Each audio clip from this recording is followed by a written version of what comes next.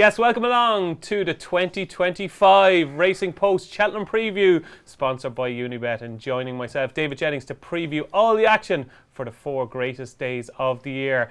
We have got Nicky Henderson, ladies and gentlemen, is here in the studio. We've also got Mr. Pricewise Tom Segal and Paul Kealy and Ed Nicholson from our sponsors Unibet. Have to come to you first, Nicky. Great to see you here. First time in the Racing Post office here. How does it feel? Well, it's entertaining. We now know where this newspaper even begins. Yes. Where our day begins, where their day begins. Yeah, great fun. Yeah, absolutely. Well, I know it's very busy for you, and this time of year especially, you're on top of your head. You're doing all sorts of everything with horses working and everything. Is this a nervous week for you now? I think that it's kind of, the only thing we're trying to desperately do is they all just need one school. It was due to be this morning. We've had our 4th consecutive frost. That was the schooling abandoned. We're going to try again on Wednesday. It's actually all the jockeys and things, but luckily Wednesday there's only Catterick, so I'm praying nobody's going to take any rides there. And then we can, if it have to wait till 11 o'clock, we'll have to wait. Okay. But no, otherwise, all the main work is just about, they've all got one little bit to do, but the serious stuff's done. So we're nearly there. We're nearly there. Yeah. Tom, great to have you here. Obviously, it's a massive 4 days for you, especially. You are the face of the Racing Post. Are you looking forward to this year? I always look forward to it. It's great. It's the best 4 days of the year. It's quite nice when it's over because it's a lot of work. You know, every day with podcasts and everything. Oh, here we go. Here we go now. He's moaning already. He's moaning. We're only 2 minutes in. And I'm 2 minutes in. But who can complain about the Cheltenham Festival? Have you ever done a Cheltenham preview with Mr. Nicky Henderson before? Few, yes. Well, yeah. what's he like? The worst tipster in England. Right, okay, that's a good start. No. Keep watching for all the bad tips. It's always good fun. It's always good fun if he can remember the horses in the right races. Okay. Okay, we'll find out just how good he is now for the next hour or so. That's at night, yes. Paul Kealy, now this is the week where you properly get stuck into your studying. Are your kind of selections coming forward quite nicely at the moment? Yeah, developing a few, yeah. I mean, obviously we've known all about the grade ones for ages, but I like looking at the big handicaps and trying to find something at a decent price, and I've had my head buried in them for the last week. Absolutely. I was only in the door 2 minutes this morning and Keel's come over. I have one for you. I've got one for you in the Ultima, so stay tuned to find out what that is. And it's a nice juicy price as well, and it's trained in Ireland, would you believe. Ed Nicholson, thanks for coming in to you. And you are the man with all the boosts, all the stuff from our sponsors Unibet. Of course, we've got a cracking Unibet Champion Hurdle on Tuesday week. You've got great offers for us today. Yeah, fantastic offers throughout the course of the 4 days. Obviously, we are the sponsor of the Unibet Champion Hurdle, so a few offers around that. And every day we've got price boost, uni boost, super boost, best price in the industry, money back second or thirds, and we're also going to do special boost for today. And we've got a special new bet that Unibet are bringing out as well. Let's hear about it.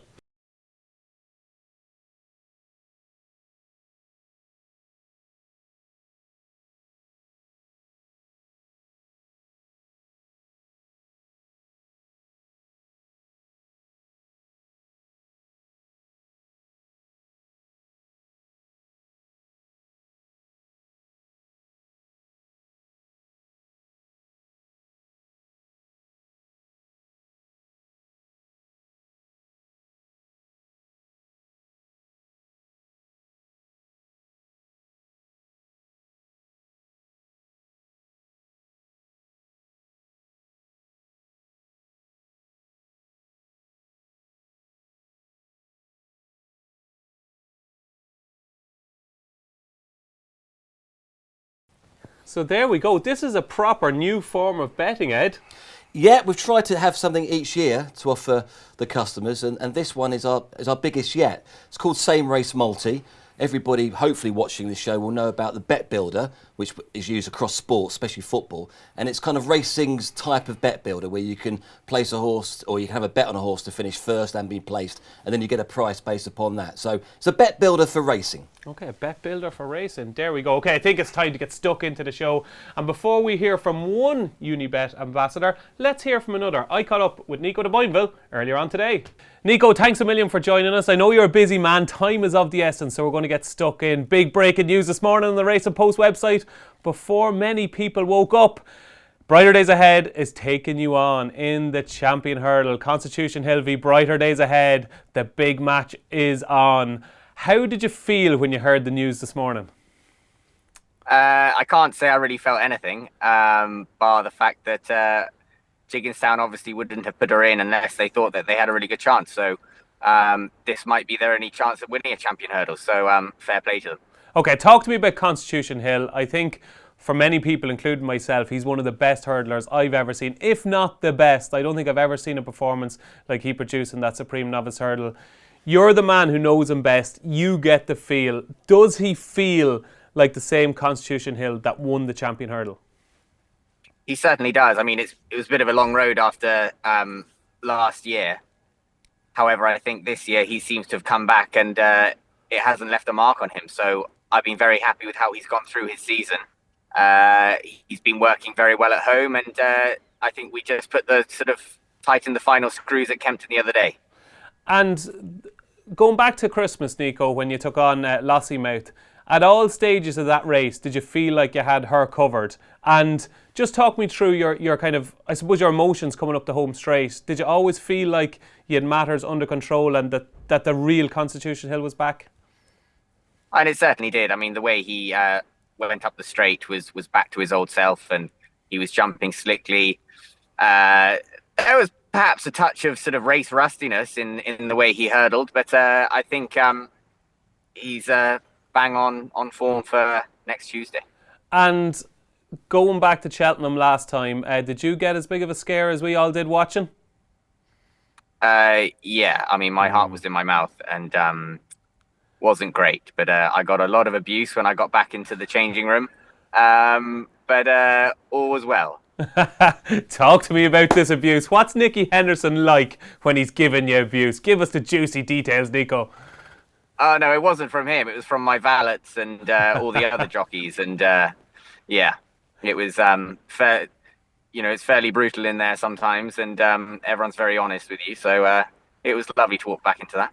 I think you're one of the coolest customers I've ever met in racing. I don't think I've ever seen you get overly excited. You seem to be quite on a level playing field. What will it mean to Nico De Boinville to win the champion hurdle, to regain the crown with Constitution Hill? Would it be your greatest ever riding achievement? It will be fantastic. You know, it's why we're all going there, and it's not quite a Sprinter Sacra-esque comeback, but it would be great to do. Who do you think your biggest danger is? I think you have to respect everyone. I think you have to go in there with a very open mind. Brighter days ahead put up one hell of a performance, so you have to have full respect for her. Okay. Very diplomatic answer. Well played. Moving on to the champion chase on Wednesday. And Jonbon is obviously trying to win at the festival for the first time. But he has won at Cheltenham, which people seem to forget. And he's won a couple of slower chases. Do you think, personally, that Jonbon acts around Cheltenham just as well as Sandown or Aintree or anywhere else? Or do you think that's a little bit of a doubt that you have to put right on Wednesday week? No, I don't think there's any doubt in my mind. On the old course, you know, he certainly acts around there, and he's shown that in the past. So, no, I'm not. I know there's always going to be the naysayers, and that's part of the fun of the build-up to Cheltenham, isn't it? I mean, everyone's got their opinions, but I think as a camp, we're fairly confident and happy. And he's obviously brimming with confidence at the moment. That jump at the last at Ascot, it just screamed of a horse that just is at the peak of his powers right now. Does he feel like a different horse this season, even to seasons past?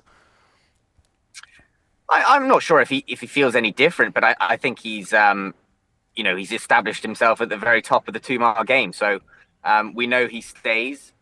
He's not really too, you know, you wouldn't be worried about the ground. He's fairly versatile on that front. But no, I've been very happy with him. I don't get to sit on him much at home, I have to admit. But he's in the very good hands of Paddy. But you know, he tells me he's in great order. What's the ideal tactical scenario for you, Nico? Is it?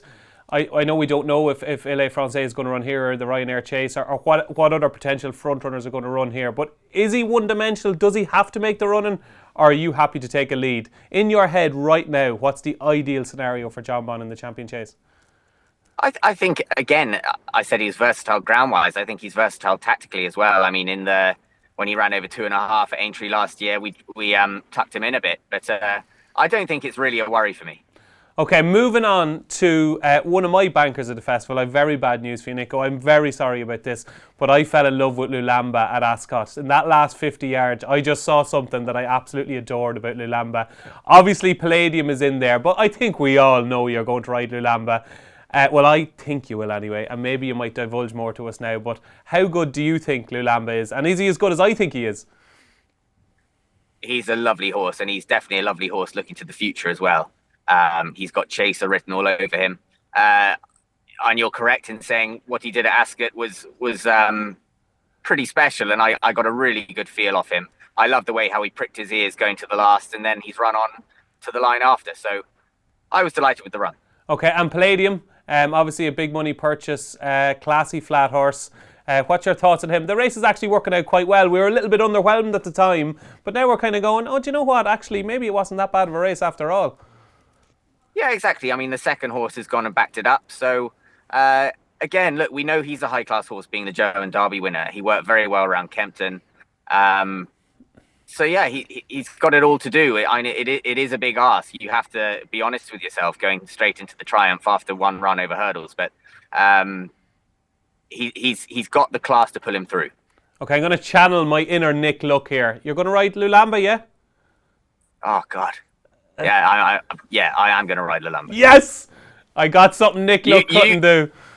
You're better than Nick Luck. Finally, there's one thing, apart from eating, that I'm better at than Nick Luck at. That is the Triumph Hurdle.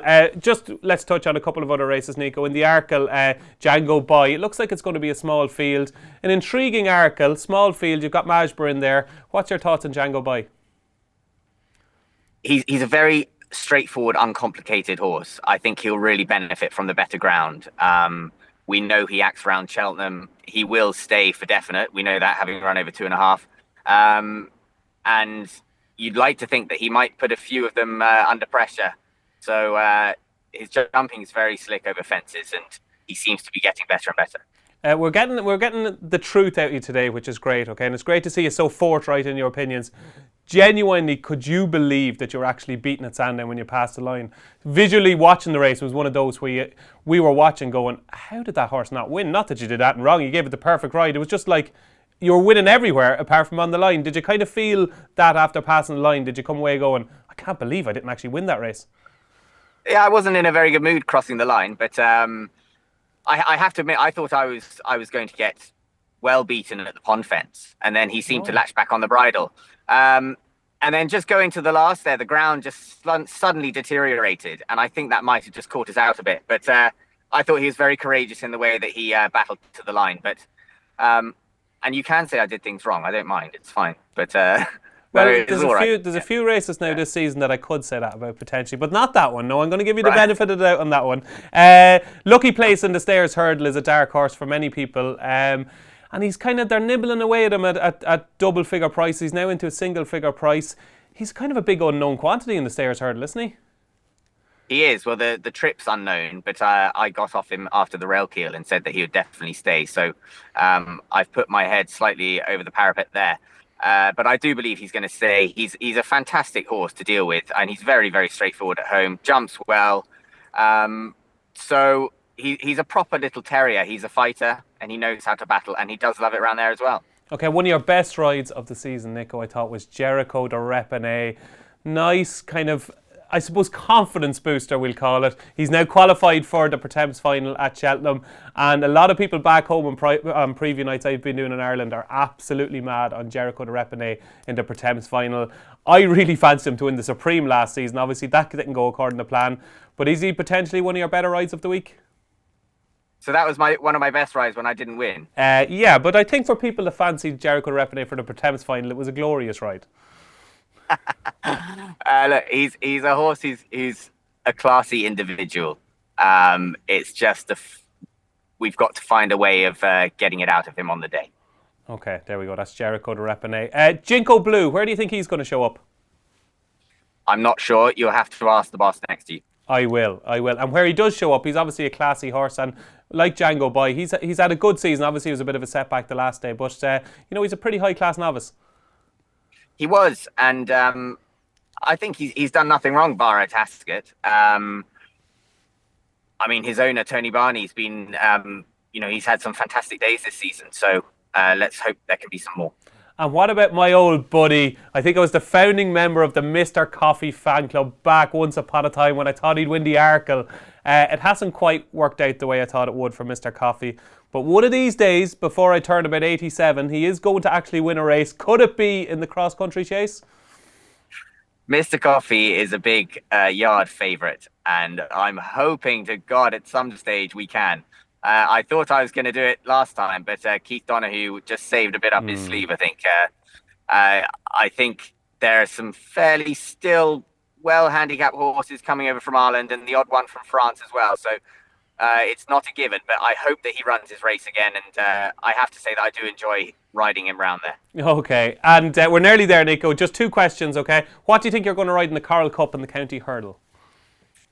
We haven't got that far. We're schooling this week, and we'll probably know a lot more then. But for now, I'm just sort of sitting on my hands and waiting to see what the boss and what the owners want to do. Okay, we'll try and get it out of Nicky later on in the show. Okay, final part of this interview, Nico, is the good thing, your best ride of the week. We're going to go the good thing, the dark thing, the handicap thing, and the thing you wish you could ride but you couldn't. Okay, so the good thing, first of all, your best ride of the 2025 Cheltenham Festival?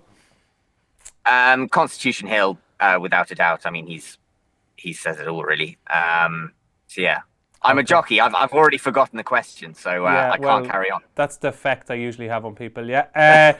The dark thing. Okay, the one lurking in the long grass. Maybe one that we're not speaking about too much, but you think has got a cracking chance.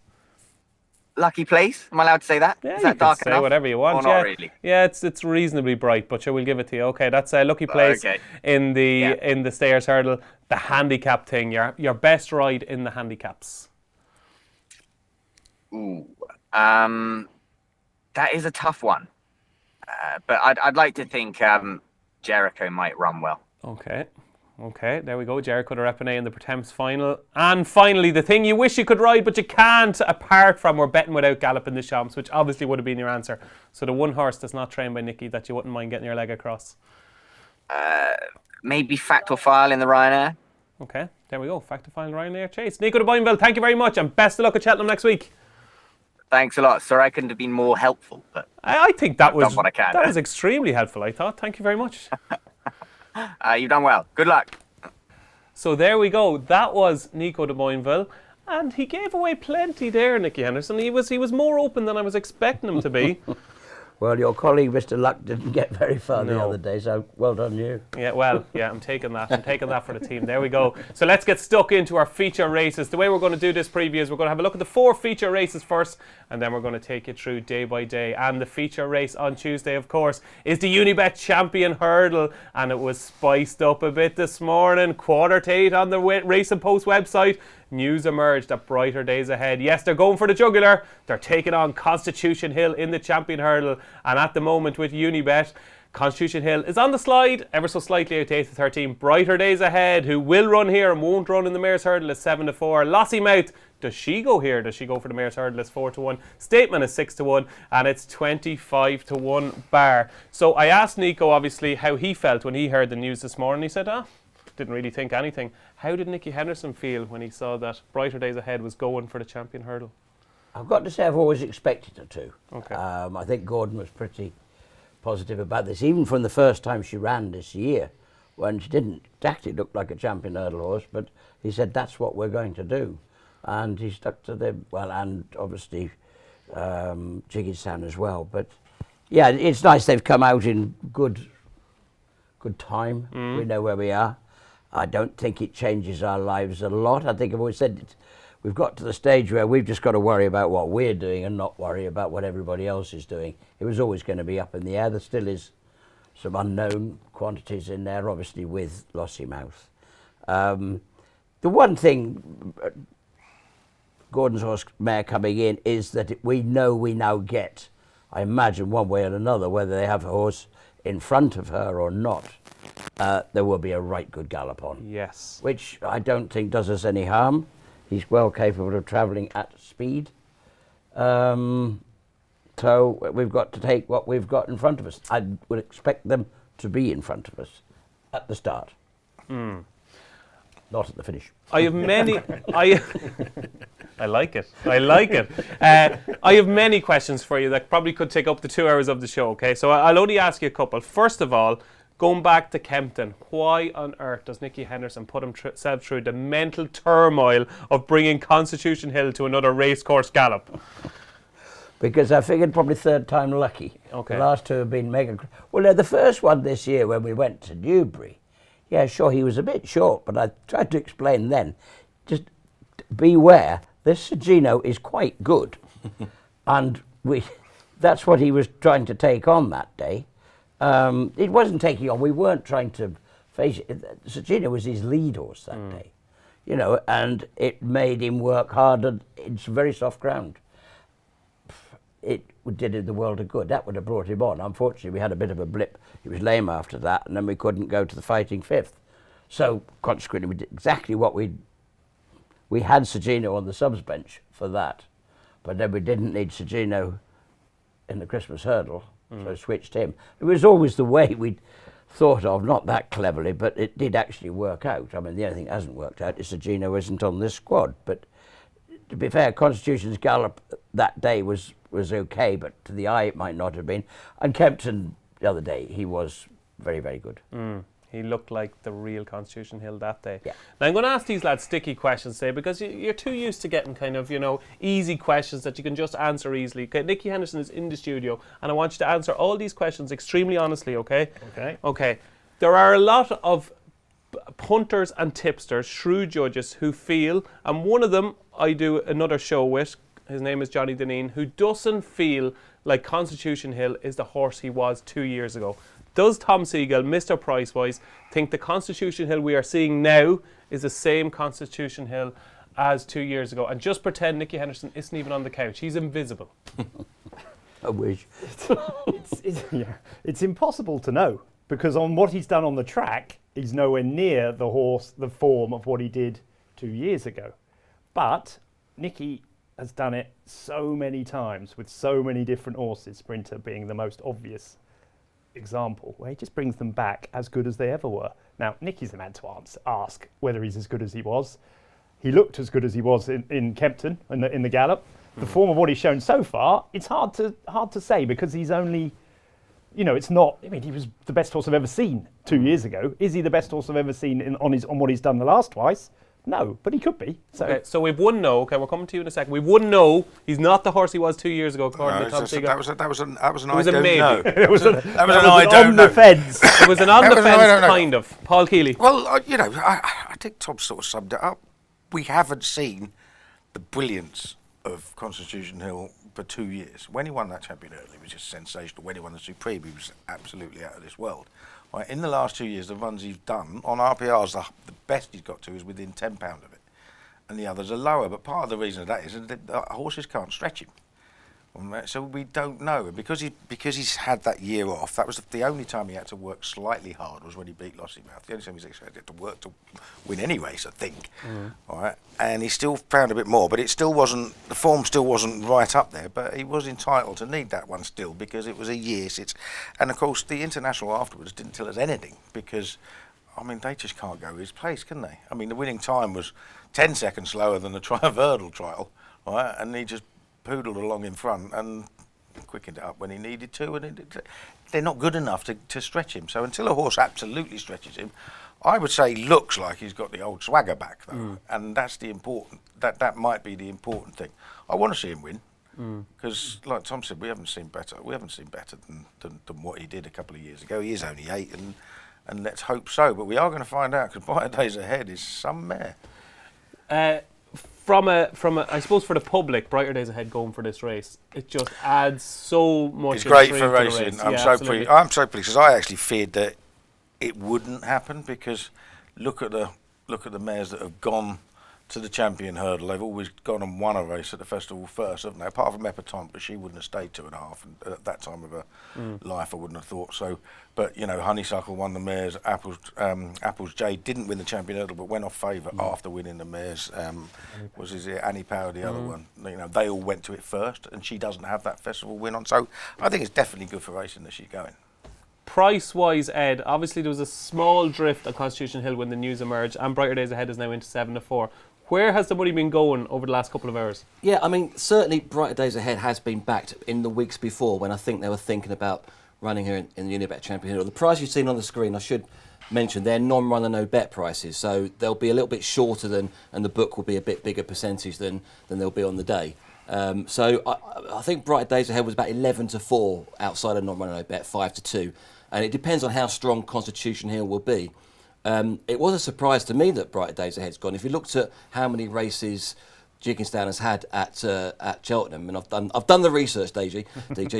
332 runners, 34 winners, but only 4 horses have actually run in the Unibet Champion Hurdle. Two of them twice. So they don't run that often in the Unibet Champion Hurdle. So the fact that they're going, I don't know if they've been swayed by experts, but I've heard at least like 5 or 6 of these previews, and the real form experts are suggesting that Brighter Days Ahead is a real threat. And I'm, as sponsor of the race, I'm really looking forward to it, because it really is now going to be a race. And although we have, we love Constitution Hill and Nicky and Nico, I think that's what we all want. We want to see Constitution Hill win, but do it so by beating some good horses. Tactically, how is this going to play out? So we've got King of Kingsfield in here. You saw the race at Leopardstown at Christmas. He's going to go $1 million, okay? Where do you sit? Well, if we'd have to think that Brighter Days Ahead is going to probably take a lead off that, I don't see any point in being much, just keep a tab on her.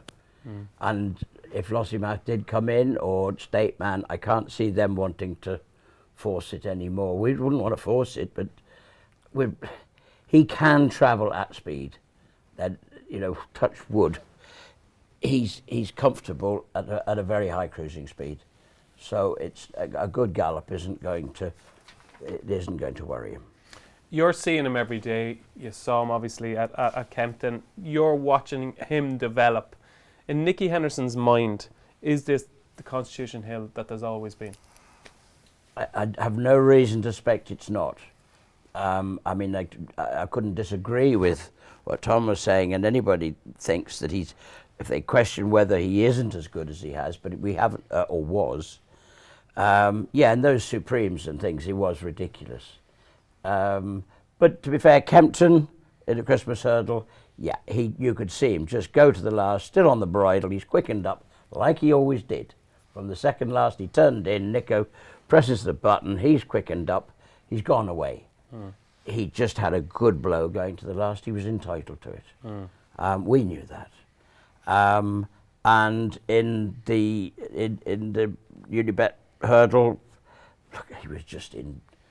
He made that mistake because he wasn't even concentrating. He was in second gear, and he won't touch wood. He won't do that again, because he'll have his mind on the job, because it's going to be tougher. That was all very, very easy for him. He did exactly what we wanted. So, I have no worries. His Kempton Gallop looked good. His homework's been as good as ever. When you want him to. You don't want him to go galloping off every day at 1,000,000 miles an hour. Finding horses to go with him is the problem. Some of them aren't too bad. The betting suggests that Brighter Days Ahead is definitely your biggest danger. Do you think Brighter Days Ahead is the biggest threat to Constitution Hill, or do you fear the Mullins pair? I respect them all a lot, but I agree she has got that little bit of wow about her at the moment. She's galloped off relentlessly, and they haven't got nearer. State Man is never a showy horse. He gets the job done day in, day out, and he's never flashy, so he did what he had to do in the William Mullins Racing Festival. But he doesn't run away with it, does he? And Paul didn't even have to ask him to do that, because he'd nothing to take on. They'd gone very hard. And as for Lossiemouth, well, we've met her. I've no doubt she could be better than she was at Kempton, and she would still be. She's a very high-class mare. When you remember what she was doing this time last year, winning on the bridle. If she comes that way, then so be it. It'll be a hell of a race. It's going to be a really good race now, as Ed says. Now she's in, Brighter Days Ahead. then it's game on. My final question to you on this Champion Hurdle grilling is, I love your emotion and I love the way you bring out emotion. And one of my favourite things is to watch back clips of you watching races, okay? The famous "it's over." And so you're looking through the binoculars, okay? The race at 4 o'clock this year, right? So it's a minute. You don't know what I'm looking at, though, do you? No, I don't. Because I can't see anything through them. Well, you're looking through the binoculars, okay? It's a minute to 4 on Tuesday week. Is your heart pounding out your chest? Are you still getting that buzz? Oh, it's horrible. Yeah, waiting. I remember back, whatever it was, 7 or 8 years ago, when Sprinter got down to the start for one of his champion chases, and everything's going a million miles an hour, and you're getting ready, and the commentator suddenly, 4 minutes to post time. Oh, no. I cannot stand here for another 4 minutes doing this. It's not possible. It isn't. It absolutely kills you. Horrific. Right, by the way, Nicky Henderson's still not on the couch, okay? So what wins the Champion Hurdle? I think Constitution Hill will win it. Do you, Tom? I do, and the reason I can't, I'm not one for making excuses. I don't get why Brighter Days Ahead didn't win the Mayor's Hurdle last year. That's what I think. Now, I'm a Horses for Courses fan, always have been, always will be. She didn't look anything like she could be at Cheltenham last year. Now, there might have been excuses. They might have gone slow, good horses win whatever the situation, in my opinion. You know, really, really good ones. They don't get beaten by Golden Ace. They really don't. So that worries me. It worries me that she's not. There are loads of horses going through history that haven't been as good at Cheltenham, and we're going to talk about them all through this show. But no one mentions it about Brighter Days Ahead, because that form was miles below everything else she did last year and this year, in my opinion. So that worries me about her. Now, it might have been an aberration. She might have been something wrong, but she was never going to win that race, in my opinion. I thought she was laboured from the word go. She reminded me of a horse that's what I thought. However fast, however slow they went. So that is my worry for her. Now, as I say, it might have been an aberration. Loads of horses it's one run. It's hardly strong evidence, but that would be my worry. Whereas Lossiemouth absolutely loves Cheltenham. So for me, she's the danger, because I think they're going to go a million miles an hour. I think the ground will be softish on the first day. They're not going to let it go fast on the first day by any stretch of the imagination. And I think the race is going to set up for her to come from behind. So while she was brilliant at the Dublin Racing Festival, I do worry about her around Cheltenham. And it's a big step up from a walkover around Leopardstown to taking on Constitution Hill. So I just feel that the danger might be from behind rather than in front. Interesting, Curtly, a 4-1 shot Lossiemouth. Maybe the forgotten horse of the race with Unibet. Who's going to ride Lossiemouth, though? Well, you're here to answer Paul the questions. I'm here to ask them. Paul Townend chose State Man, didn't he? I think he'll ride Why is he Lossiemouth. not going to try State Man again? I think he'll ride Lossiemouth. Do you? I do. What do you think? No, I think he'll stick with State Man. Okay. He's done it. He'll stick with his Champion Hurdle winner. Why wouldn't he? And I don't think State Man can beat Constitution Hill. So, therefore, I don't think Lossiemouth can either. So I think Brighter Days Ahead is the biggest danger. I want Constitution Hill to win. There aren't many horses you see in your lifetime that get the hair standing up on the back of your You're neck. not the sentimental type at all. No hair standing on the back of your head for starters. Go with the neck anyway. There are. These are the bits that don't get shaved. But and he's done that several times in his career. So I want him to come back. I'm not confident though. I have to say, if I'm a betting man, I'm not going to get involved. Okay, there we go with the no bet race for Paul Kealy. That is your Unibet Champion Hurdle. It's going to be a corker. It is the feature race on day 1 of the Cheltenham Festival. And moving swiftly on to the feature race on Wednesday, it is the Champion Chase. And we have another Nicky Henderson trained favourite in the shape of Jonbon. And we have a boost, Ed Nicholson. Yeah, you'll see on screen there that we're going 4-5. And remember, that is non-runner no bet. But we're going to offer a boost on non-runner no bet today only, and it's only available until we don't offer it, so get on if you want. Jonbon at 11-10. So Jonbon at 11-10, odds against on Jonbon, who looks on paper and form to be head and shoulders above the rest. Now, Nicky, okay? I was of the opinion, very much so, that this whole Cheltenham thing with Jonbon was a load of nonsense, and the Racing Post used to do a show on a Saturday morning, and Aidan Coleman was on it, former rider of Jonbon. And I came on with a big spiel saying, this is a load of nonsense. Sure, he won the Schloer and beat Edward Stone last season, and he was brilliant at Cheltenham. And I fully expected Aidan to say, do you know what, I agree with you, yeah, it's a load of nonsense. And Aidan said, no, he's not the same horse at Cheltenham as he is at Sandown. He's a different horse at Sandown than he is at Cheltenham. And that scares the living daylights out of me. The Slur both years hasn't been a strongest race, but it's only been his first run of the year when both times it's only 3 weeks before the Tingle Creek, we weren't exactly, it wasn't what we're aiming at, we were using it as a good way of getting there. And you certainly, with 3 weeks before your next run, you've got to be careful. And on neither occasion was he anywhere near cooked. He needed to just go and have a nice race. When we're fit and really strong, you can be very aggressive on him. We were not aggressive either times in the Schlur because you needed to mind him and get him home. So he loves that. He loves going forward, forward, forward. Nico learnt that early on, and he does just send him. And he jumps out the gate as if there is only one place, the winning post. Whereas in the Schlur, we never do that. We haven't done it either year. We've known exactly, luckily, we think we knew where we are anyway, let's put it that way. And that's why he doesn't blow you apart in the Schlur, but he wins. The rest of it, yeah, he loves Sandown, but he's always been fit and well. He hasn't come into Cheltenham the last 2 years, the festival at Cheltenham the last 2 years. But he didn't come at all last year. And the year before we had issues. So I think it's hard to judge him. And right now, is he approaching his peak? The explosive Jonbon that we've seen at Ascot, that we've seen at Sandown, do you think that's the Jonbon we're going to see? I sincerely hope so, and I have no reason to believe otherwise. I must admit, no, everybody's happy. Everybody is happy. That's what I like to hear. And it's a very open champion chase because we don't know what Paul Townend is going to ride. We don't know what Willie Mullins is going to run. We don't know if Ile Francais is going to run. He is the one standout horse in the 2 mile division this season, Jonbon, isn't he?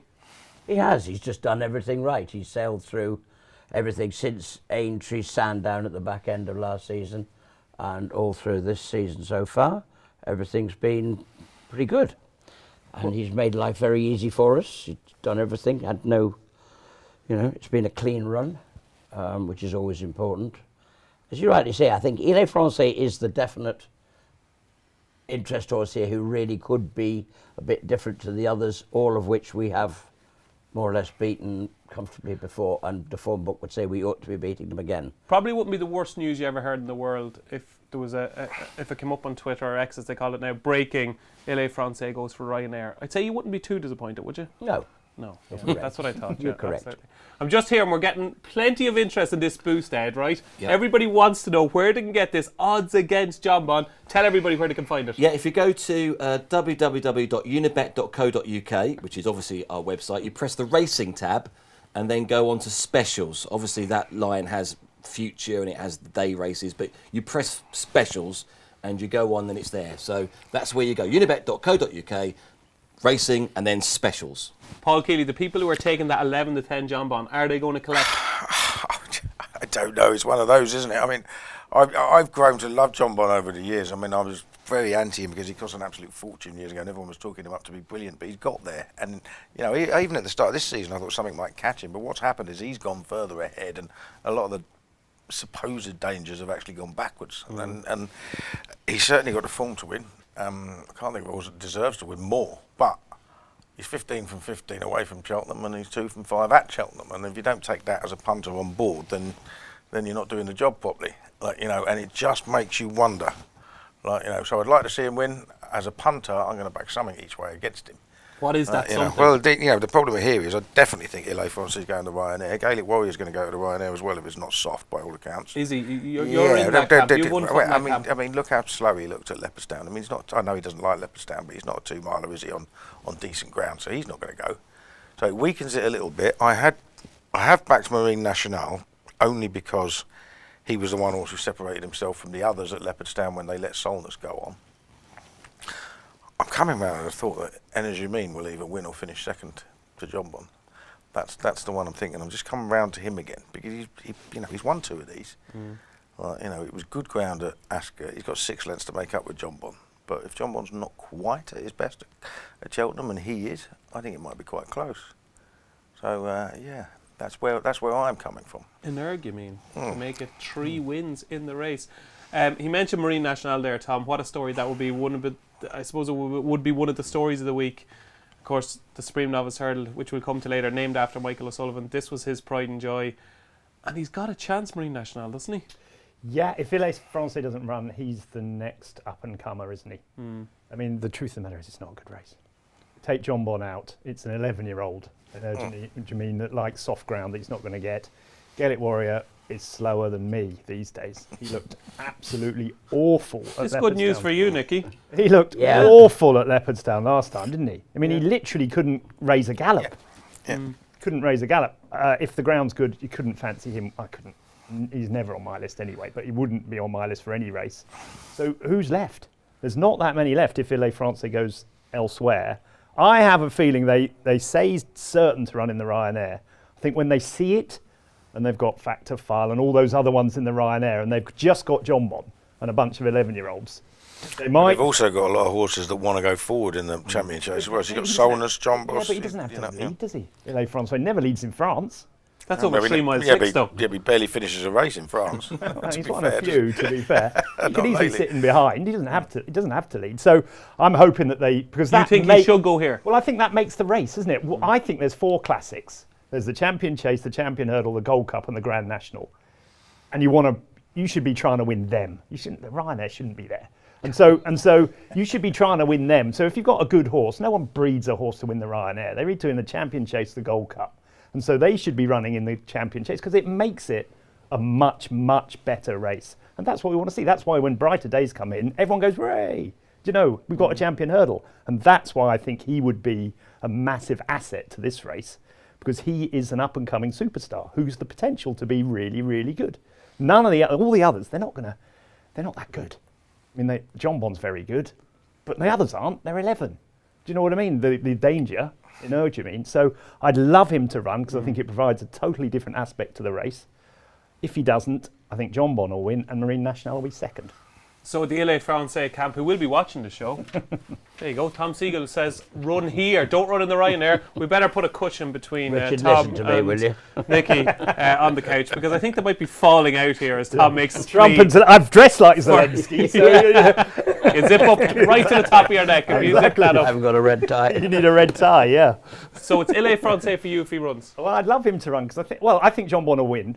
Because I think he can run £10 below his Cheltenham form and still win. I think, you know what I mean? And I think if Ile Francais runs, there is a competitor for him. If not, I don't see one. And obviously you're in the Jonbon camp. You're with Energumen. Yeah, I just think each way he'll be in the frame. Definitely. And Ed? Jonbon. Jonbon all the way.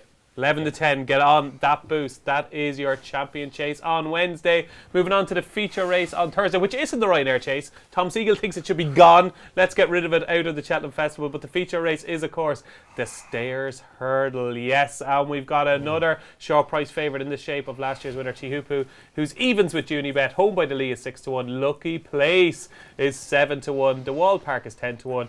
12-1 Rocky's Diamond. Gow Road 14-1. Langer Dan. Will it be another Lazarus performance from Langer Dan? Is 14-1, and it's 16-1 Mystical Power, who has shown very little this season, but who knows what Willie will do with Mystical Power. Paul Kealy, Tihupu to start with. Evens. For many people, this is the absolute banker of the week. Yeah, is he the most solid of all the bankers? I mean, the funny thing is, we're talking about what has Lossiemouth done in the past year. What has he done? He's run to an RPI of 140 something in one race. Yeah. He got made look completely pedestrian by Lossiemouth. I know it was only 2.5 miles, but he does go well fresh. But the ground wasn't soft, was it? Now, last year, he had absolutely everything in his favour. He had very soft ground and a bunch of old exposed stayers to deal with.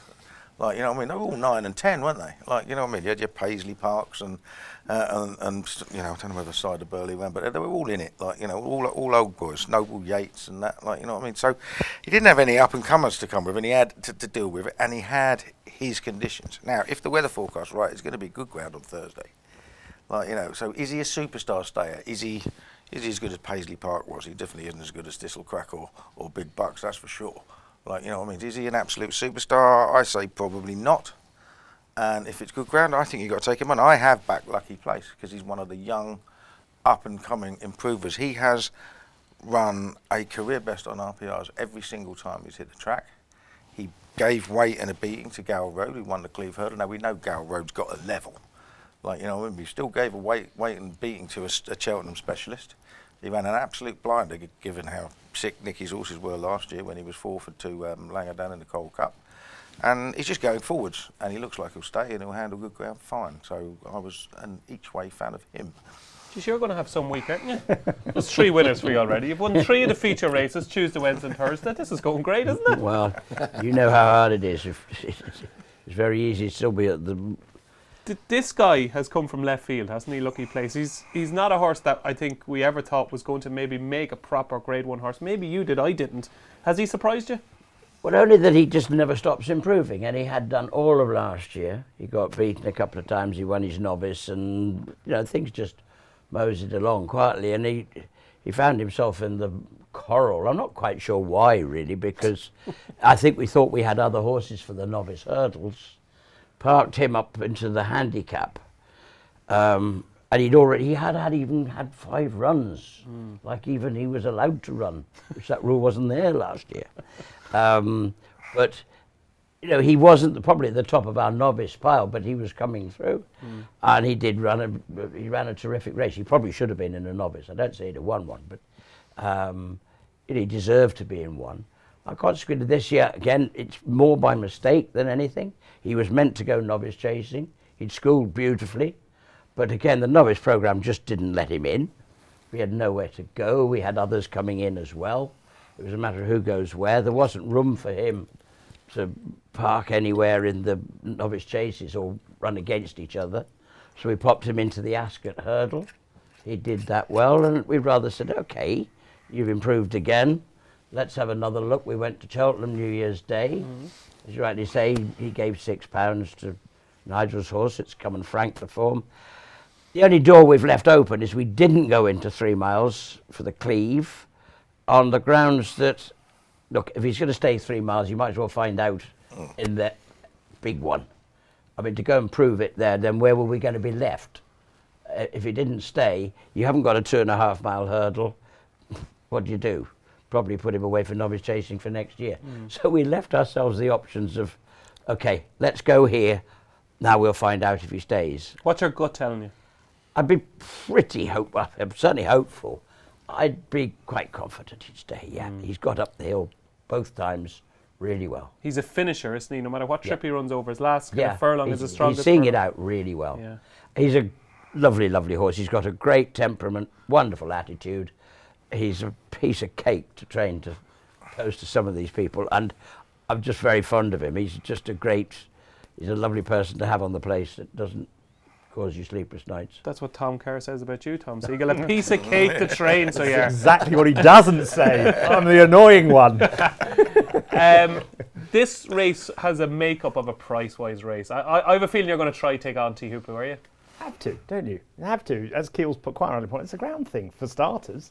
It's every time he gets to the track, they say, oh, he's got to have soft ground. When he ran in this on decent ground, it's probably even going to be softer than it is this year. He got beat. Decent ground at Punchestown when he won, though. He did. Look, he's fell in there, though, didn't he? I mean, He did not fall in. It wasn't that much of a win, was it? Crikey. At Punchestown last year, Terrible race, he bolted up. Yeah, well, his RPR was a good deal lower than he got at Cheltenham, so come on. Okay. Hey, listen, I get it why he's favourite. We have repeat winners in the stairs hurdle all the time. No one wants the stairs hurdler, really, do they? So they don't want the Ryanair chase winner. They don't want the stairs hurdler. Well, they go chasing, don't they? Staying. Well, that's what we were doing. We were trying to go chasing. We sort of Unproven. Exactly. And I think Lucky Place is the obvious alternative. I do think Home by the Lee. I know he's 10, but I think he's getting better. I think there's something about him. The light has switched on this year with him. 4th-time run in the race. He should have nearly won it too. Do you remember when he crashed through the first time around, yeah. He must have lost 10 lengths that year. He wasn't beaten 10. But he just seems much more tractable. He's racing up with the pace more, and he doesn't get miles behind and then finish. So I think he's a chance. And I think if JP's horse switches from the per temps here, the Wool Park, which I don't know if he will, but I think he's a very, very strong stayer. And I think the track, because it's on the new course, isn't it? The stiffer track, will suit him really well, and I think he'll be finishing. And often this race goes to the horse that is finishing. So I could see him definitely being an each-way player at a big price. He beat Gamble Road just as easily as Lucky Place did, and that was over 3 miles. Now he's running the Ascot race since, and he got a bit lost in Grade 1 company, and the form's not worked out that well, but he was the fastest finisher. He flew home having looked at all, as though he's going to be pulled up, turning for home, and he's flown home only to be beaten a couple of lengths. I think he's going to run really well, especially if the ground stays good. Can I throw one at you at a big price now? Yeah. I'm a bit scared, okay? I'm a bit scared, okay? Oh, here we go. Yeah, I'm getting very good vibes about Bob Ollinger. 3 from 3 at Cheltenham. Could you see Bob Ollinger run the big race here? Get You can say no. You can say no. It's perfectly fine to say no. How many times has he won at Cheltenham? 3 out of 3. 3 out of 3? Yeah, but there's an asterisk next to that because Gallop in the Obviously shots. Gallahan Yeah. fell. 3 out, of course. Yes, he won the Turners and he won on New Year's Day. Yeah. And he's 2 from... No, I struggle to see him being finishing. I like finishers in the stairs hurdle. Doesn't Horses really that are get gonna 3 miles, does run he? up the hill. I think in the stairs you need to be finishing. Whether he finishes well enough, I don't know. But he's going to be travelling, isn't he? He certainly will. Ed, anything for you in the stairs? Obviously, Lucky Place has got a great chance. The money horse has been home by the lead. We opened the betting at 25 to 1 on Joseph O'Brien's horse. It's 6 to 1 all in, not non-runner, no bet. And the Wall Park's an interesting one because obviously the history of the race with the owners and side. It reminds me of Cider Berger, little bit. how he's He's like a come young up the horse. handicap over shorter distance, and now he's on 152, which was the same rating as Cider Berger won the Pertemps on. That's the problem, isn't it? Sardaburley took a few shots at the Pertemps Yeah. first before he came in, so they might opt to go that way. The only thing I'd say is that JP has lots in the Pertemps and he has nothing in the stayers. So whether he wants to keep him in to keep the handicap sorted for the Pertemps is a possibility. We'll find out later on, Tom. Yeah, we'll ask Stay Nicky, yeah. tuned when we get to the Pertemps final. We will find out. You're with the Wall Park. I like the Wall Park in this race each way, yeah. Lucky place for you, obviously, yeah. Do you think Teahupoo is the one to beat, yeah? Home by the Lee is what I keep hearing from the other side of the water. That he might be, that they think that might be their number 1 horse Okay. between them all. You're with Lucky Place? I'm in Lucky Place. I mean, look, if the weather forecast changes, which it is wont to do in Britain, and it suddenly becomes soft, then Teahupoo's very much the one to beat. But if it stays as is forecasted, I think you have to take him on. Okay, so ground worries for Teahupoo. And Ed? Yeah, Lucky Place, and don't forget Nico has put that up as well. So has. both Nicky and Nico. Yeah, sticking together. What a team. There you go. That is your Stayers Hurdle. It's the feature race on Thursday and the feature race of the whole week, the whole year. It is, of course, the Boodles Cheltenham Gold Cup. And can history be made? Gallop in the Champs out to emulate Arkle, and Best Mate amongst others is your 2 to 5 favourite with Unibet. Bambridge is 9 to 2. Fact to File, does he go here? The Ryanair looks like he's going to go to Ryanair, but he's 5 to 1 at the moment. Non-runner, no bet with Unibet. Monty Star 10 to 1. Corbett's Cross is 12 to 1. 20 to 1 Grange Clare West. 20 to 1 Long Press. 25 to 1 Jungle Boogie. And Tom Segal, we will kick off with you here. Do you want to kind of talk about potential outsiders that could kind of run into the frame, or are you just going to keep it simple and say, enjoy history being made and move on? First thing I'm going to say is this could be the smallest field Gold Cup since Captain Christie in 1974, where I think he beat 6 others. There could be 7 runners. Were you there that day? Yeah, I was, yeah. It was 20 that day, yeah. I was trying to do maths there. I was like 74. And, yeah. Yeah. How many are you expecting? About 6, 7. Yeah. I mean, half of them aren't going to run, are they? Half of them aren't going to run. If Fact to File doesn't run, it could be 6, 7 runners. I think it's a 2-horse race, especially if the ground is good. I think it brings Bambridge very much into the equation. I think he has as good a chance as any horse has of beating Galopin des Champs in the Cheltenham Gold Cup, simply because the ground will suit him. I think if you watch the Kempton race, he had a lot of work to do coming into the home turn. He left the rest 10 or so lengths behind. He cannot, from my reading of races, be a non-stayer. I think he's going to love the extra trip. He's a former Cheltenham winner, but he's taking on a great, isn't he? And on soft ground, I think Galopin des Champs should be 1 to 6. On good ground, I think it brings Bambridge into it. That's all I'm saying. I'm not convinced he's going to beat him, but I think he has as good a chance as any over the last 2 years of beating him, simply because conditions will be perfect for him. The impression I get back home is that I know the way you're thinking is going to be supplemented. If he is, do you give him a big chance? Absolutely none. Oh, Because he can't jump. And the thing is, I think if it was on soft ground, which would help his jumping, I think he could easily stay on into the frame. But I think on good ground, he'll get way back. It's hard to make up the ground when you're... How are you going to make up the ground on 15 lengths on Galopin des Champs? Because that's what he's going to have to do if he jumps like he always does.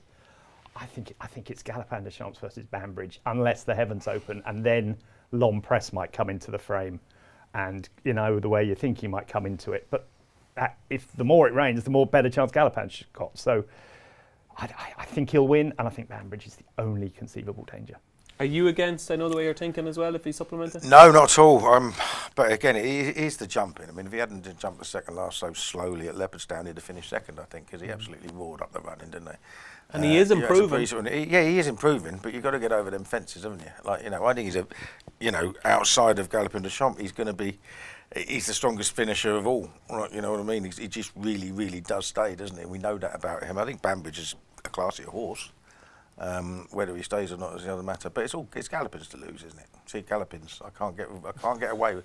Every time I write his name, I put an S on Galopin for some reason. I get a bollocking for it all the time. I just can't stop. Yeah, Galopin des Champs. Galopin des Champs. Okay. That's it. Are you going to have a bet in this race? Well, I wanted to back I Know the Way You're Thinking without the fab, but then I found out he wasn't entered, so we've got to wait for that to happen. Okay. But I might do if he is supplemented. Be patient, because he might be. Ed, is it all about Galopin des Champs? What kind of a market is it for you? I presume there's not much interest in it, is there? Yeah, well, that's a good question. I mean, he was backed from 3-1 early on, and those who've got 3-1 are on such a good bet.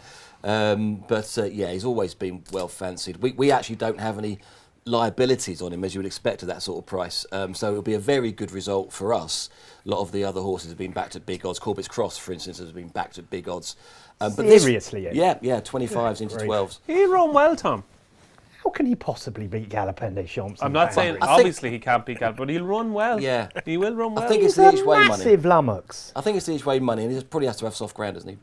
But this is a perfect race, DJ. You've teed it up nicely for the same race multi.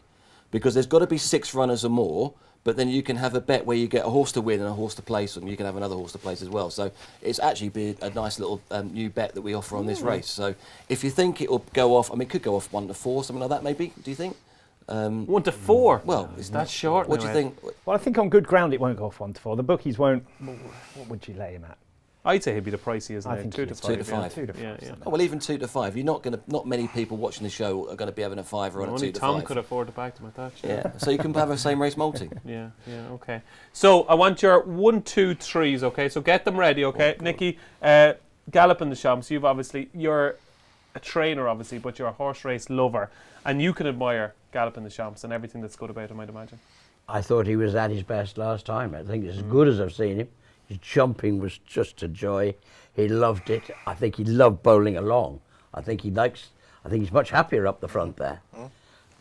It'll be interesting to see where Banbridge sits. He can't afford to give him, as you rightly say, you can't afford to give away the amount of ground he was doing at Kempton.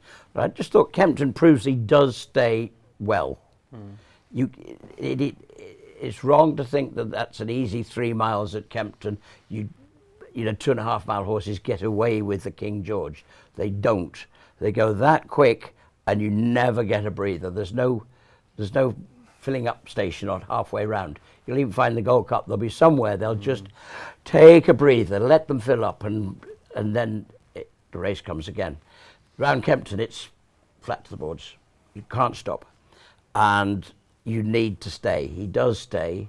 Ground is an interesting one because it is. I was talking to John Pullen on Thursday. I know that's a while ago in a way, but he said it is proper soft. And the cross country was still heavy. That was 2-3 days ago. This isn't going to dry out that much. Wow. It won't. I think, in his opinion, it won't get to good ground at any stage.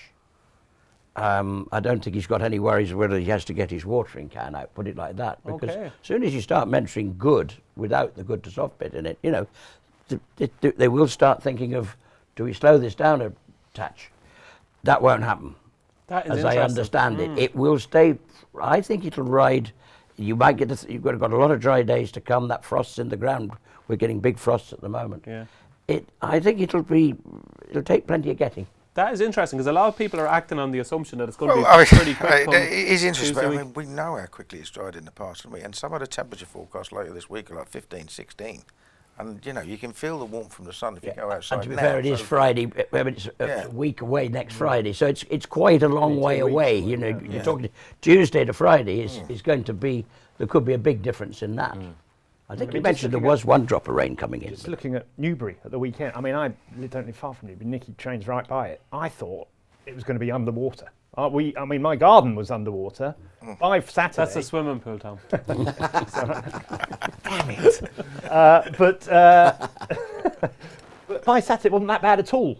I mean, it wasn't. I mean, the meeting before, it was almost unraceable. By Saturday, it wasn't that bad. So these things can change very quickly. Now, I know Cheltenham has had a million millimetres of rain or whatever this year. My daughter lives at university down there, so all she says is it's raining, it's raining, it's raining. But it can be really quick. It can change like that. As once it starts drying out, it can dry really quickly. Where I would agree with Nicky is if there's any rain at all, it will go soft very quickly. Yeah, because the undersurface. I won't ask you for your 1, 2, 3 because I'm looking forward to you coming back in 3 years' time. We're talking about Lulamba, who's 5-2 favourite for the Gold Cup in a few years' time. We'll come back to him later on. Tom, your 1, 2, 3 in the Gold Cup. Well, I know you love this game, don't you? Yeah, I love this. Can't wait. Yeah. Galopan to beat Banbridge, and I'm hoping my favourite horse, Lompress, runs well and finishes third. I knew you were going to get him in there somewhere. Paul Kealy, your 1, 2, 3. Yeah, I'm going to go Galopan, but I know the way you're thinking, and then Banbridge. Okay, and Ed. Gallopin, Banbridge, and the real whacker on faster ground. Be the Lord, right? Okay. We've just Well, established it's DJ, not you've going to be managed to faster. avoid every answer to the question so I far. have, yeah. I'm asking Good work. the questions now, Yeah, Tom. good work. Yeah. I would go Gallopin the Shams. I know the way you're thinking second, and I think Corbett's Cross is going to run a cracker. I think he might finish third. There you go. That's why you're doing the presenting. Yeah, absolutely. That's why nobody wants to be giving tips anymore. That is your 2025 Boodles Cheltenham Gold Cup. And how would you like some free bets for the Cheltenham Festival? You'd love them, wouldn't you? Do you want over £2,000 in Cheltenham free bets? Visit racingpost.com/free bets, the ultimate hub for betting offers. Racing Post. Stay ahead of the field.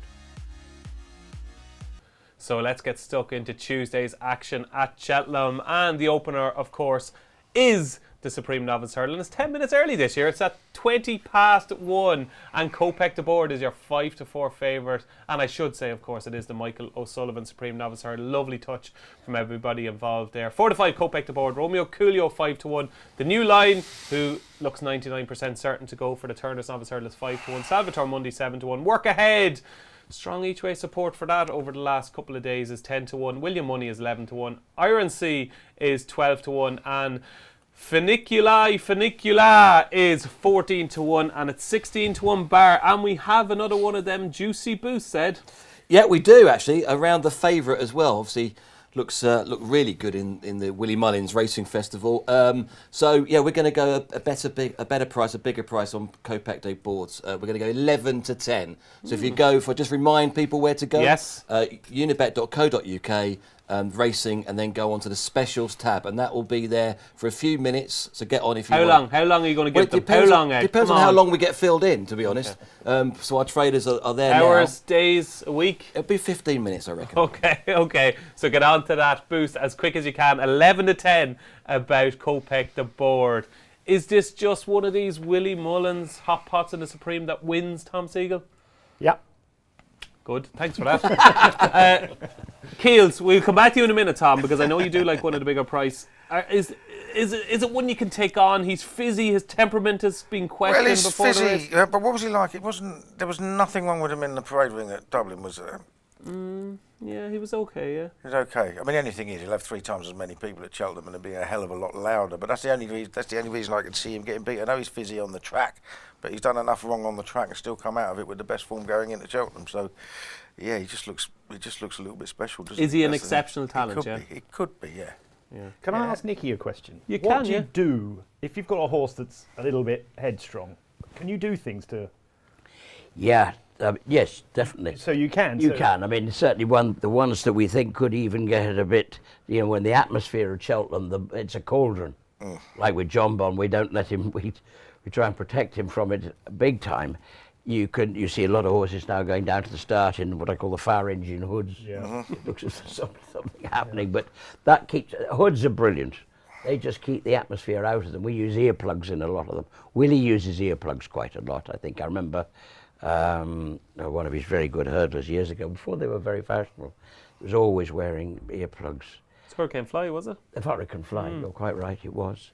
And you know, there are ways you can just try and play it, keep them cool. As I say, Jonbon is the obvious one. We have to. If you let him get in the middle of it, he used to sweat buckets. But we've got, just the way we've learned how to play with him, and he's much better than he used to be. But you can. There are plenty of horses. This atmosphere will get to them. So, but all the trainers know exactly what they have to do. Is there anything at a bigger price that you could potentially back each way? The one of the Mullins horses is under the radar, but I don't know where he's going to go. It's Carbow. I was really impressed with him when he won. But again, it's only maiden hurdle form. I think Romeo Culio is the second best form in the race. But no, I just think the favourite could be different class. You're a changed man, Paul Kealy. Little did I think you'd be putting up a 4 to 5. Listen, I do my best to oppose favourites most of the time, but sometimes you just have to step back and say, no, I just think he'll win. Do you want to add anything to your one-word answer, Tom? Well, I thought William Money was really impressive the other day. I thought he'd been doing his racing upside down. He'd been pulling hard, being keen, not jumping very well. But the time of his second to Kawambunga, wherever that was, Fairy House was very, very good. And so to be able to finish as strongly as he did, despite doing everything wrong, marked him down as a very good horse. And he won doing handsprings at Punchestown the other day, where he settled better. Sean Flanagan was on him for the first time. I think he could run second. If anything goes wrong with Kopech, I think he's the danger. Not that keen on work. 7-year-old work ahead. Only had 3 runs. Not many 7-year-olds win the Supreme. I think William Money's a chance. Okay, William Money potentially an each way angle. How bad of a loser is Kopech the board for you at the moment? It depends on how this special goes today, I think. It's probably gone by now. Yeah. Well, we did lay. Obviously, they're big prices, and our traders do offer prices on a lot of horses. I think we're one of the best in the industry at offering prices on anti-post events. So we would say that. Yeah. Well, we do have a spread of money, and Kopech was laid at 20s. Okay. But is now obviously odds on and with the boost short odds against. William Money is interesting because we did see money for that as well at 40 to 1 into around about 10s, and we spoke yesterday about the horse as well, and it is one horse that you would think could improve if the rate paid for the race is quicker, his jumping is better. He could come in, so that's 10 to 1 each way is also a big play. Okay, so it's all Kopech the board here in the studio in the Supreme Novice Hurdle.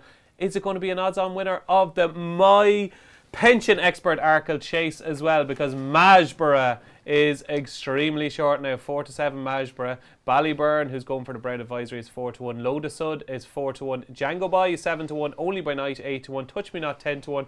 Firefox 14 to 1. Springwell Bay is 20 to 1. We're going to have an extremely small field here. I can only make a max of 6, potentially a max of 5 in the Arkle, Paul Kealy. It's going to be a small field, and for many people this is the banker's banker because Majborough just has so little to beat. Do you agree? Yeah, sort of. I mean, my worry with him was at Leopardstown, he ran down a few when Mark Walsh didn't ask him. When he asked him, he could jump really well. But when he let him do it on his own, he was running down a few.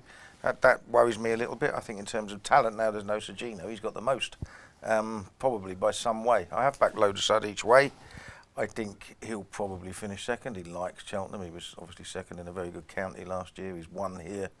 What price do you get? 14. Well, it doesn't matter. You're only going to get the place part of it anyway. Probably that's the problem. But yeah, I mean, I thought I wouldn't be too hard on him for what happened to Warwick because he definitely doesn't want to make the running, and he went hard that day. He'll be a lot happier with a lead. But whether he can pick up a horse of Majborough's class and who's the one giving him the lead is another matter altogether. And I'd say probably not. Good thing, Tom, Majborough? Yeah, 4 to 7 in a novice chase on good ground. It's not my... he's had 2 runs over fences. It's funny though, the shorter price ones win the Arkle far more often than the shorter price ones win the champion chase. Exactly. But still he's 4 to 7, so he's never going to be something that's on my radar. I'm interested what Nicky will say about Django Bay back at 2 miles. I also think that the sort of outlier is Springwell Bay if he was to come into this race. I know. You think he could run here in the Arkle? Has 6 entries. I made it 100 to 1 he'd run in the Arkle. You think he'll go here? Well, if there's 5 runners, he might. Wow.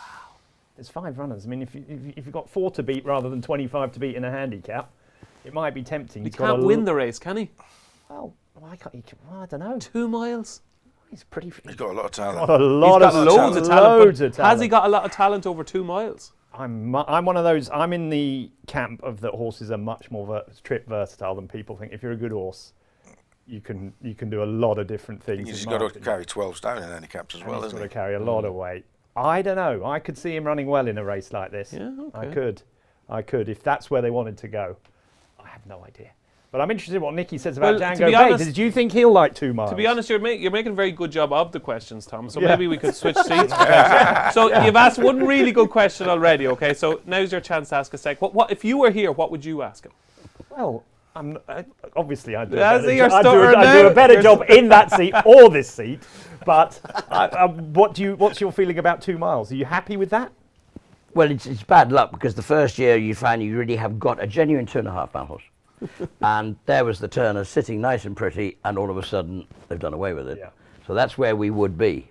I've been pretty sure if actually that, we all thought earlier on the year Ballyburn would almost certainly be in a Turner's if it was there as well. So it wouldn't be that easy. He did win the Tolworth, or the Formby Hurdle, it was called, at Aintree last year, Grade 1, over 2 miles. On a sharp track like that. I will say one thing, there was an Irish horse in the race that fell There was 2 or 3 out, and they all told me that would have won. Farrah Glory. Yeah. But anyway, we won. So You bad did luck. yeah. But it We'll does give you prove that he's one, not Nicky. slow. Yeah. We've been 2.5 miles, he definitely gets it. I thought that was a very good run at Sandown the other day in really, really horrible ground. Desperate ground. He got beaten in nose in a Grade 1. The winner's good. He looked in trouble at the bottom, but he ran on well. He did probably prove he stays 2.5 well in heavy ground. He will be much better on good ground. We're going to have to go this way. There was no way he wasn't going to. Would he go up to 3? Yeah. Well, that looked to be honest with you, I've got to say, I think the 3 mile race is stronger. You've got one horse in here, Maresborough. Yeah. The tragedy is that Sergino isn't here. Well, Tom now has got me to up my game, okay, because he's asking really good questions, okay? So I have to ask you a really sticky one. Is there any comparison whatsoever, talent-wise, between Sergino and Django Boy? Over 2 miles, Sergino would be Different league? quite a way in front. Okay, Yeah.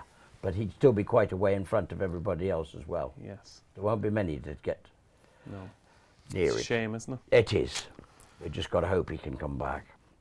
Maresborough, yeah, he won the Triumph, but that was in Sergino's absence, to be fair, and he'd have been our banker last year. Would you have taken him, do you think, in the Triumph Hurdle? I'd have been awful disappointed if he hadn't. Just Maresborough, watching him the other day, he's a beautiful horse, and he's very, very talented. I think these fences will test him. Which means we'll go and fall flat in our face and he'll scoot round. And I don't know what we're going to give it a go anyway. And I'd say I'd rather be at 2 than I would be at 3. So I'd be happy on that score with coming back. If everything went well, would you be disappointed if you weren't in at least second? Yeah. Okay. I would actually. Okay. I think he can be involved. Okay. I mean, yeah, he's got to serve it up, but I think that's what we've nearly got to do. Stamina's got to come into play, and jumping's got to come into play. And we've got to win on both those counts somehow. Well, it's going to be an interesting race. Maresborough, for many people, is, as I said, the banker of bankers in this year's Arkle. Moving on to the Ultima Handicap Chase, and this is wide open. The Changing Man, following his wide margin Reynoldstown Novices Chase win, only went up £2 for that. Is 6-1. Broadway Boy for Nigel Twiston Davis is 8-1. Mazzaccio, who has a couple of different entries, is 8-1. Johnny Who is 8-1 as well, along with Krebeli, and Katate Dory is also 8-1, and it's 10-1 bar. I should say Willie also trains Broadway Boy, of course, because we've got a joint license now. An interesting Ultima. We don't have a huge amount of entries like other years, but it's a fascinating race. It is a fascinating race, and I would say, I mean, if you're going to have an anti-post bet, I mean, I think this time of year, non-runner, no bet, it's like, you're not getting a great amount of value because it's that close. But this race could have a dozen runners instead of 23 because they've only got 49 entries. Last year, the horse that came in as bottom weight in the Ultimate was number 64 on the original entries. Wow. And there weren't 2 novice handicap chases to pull from it as well.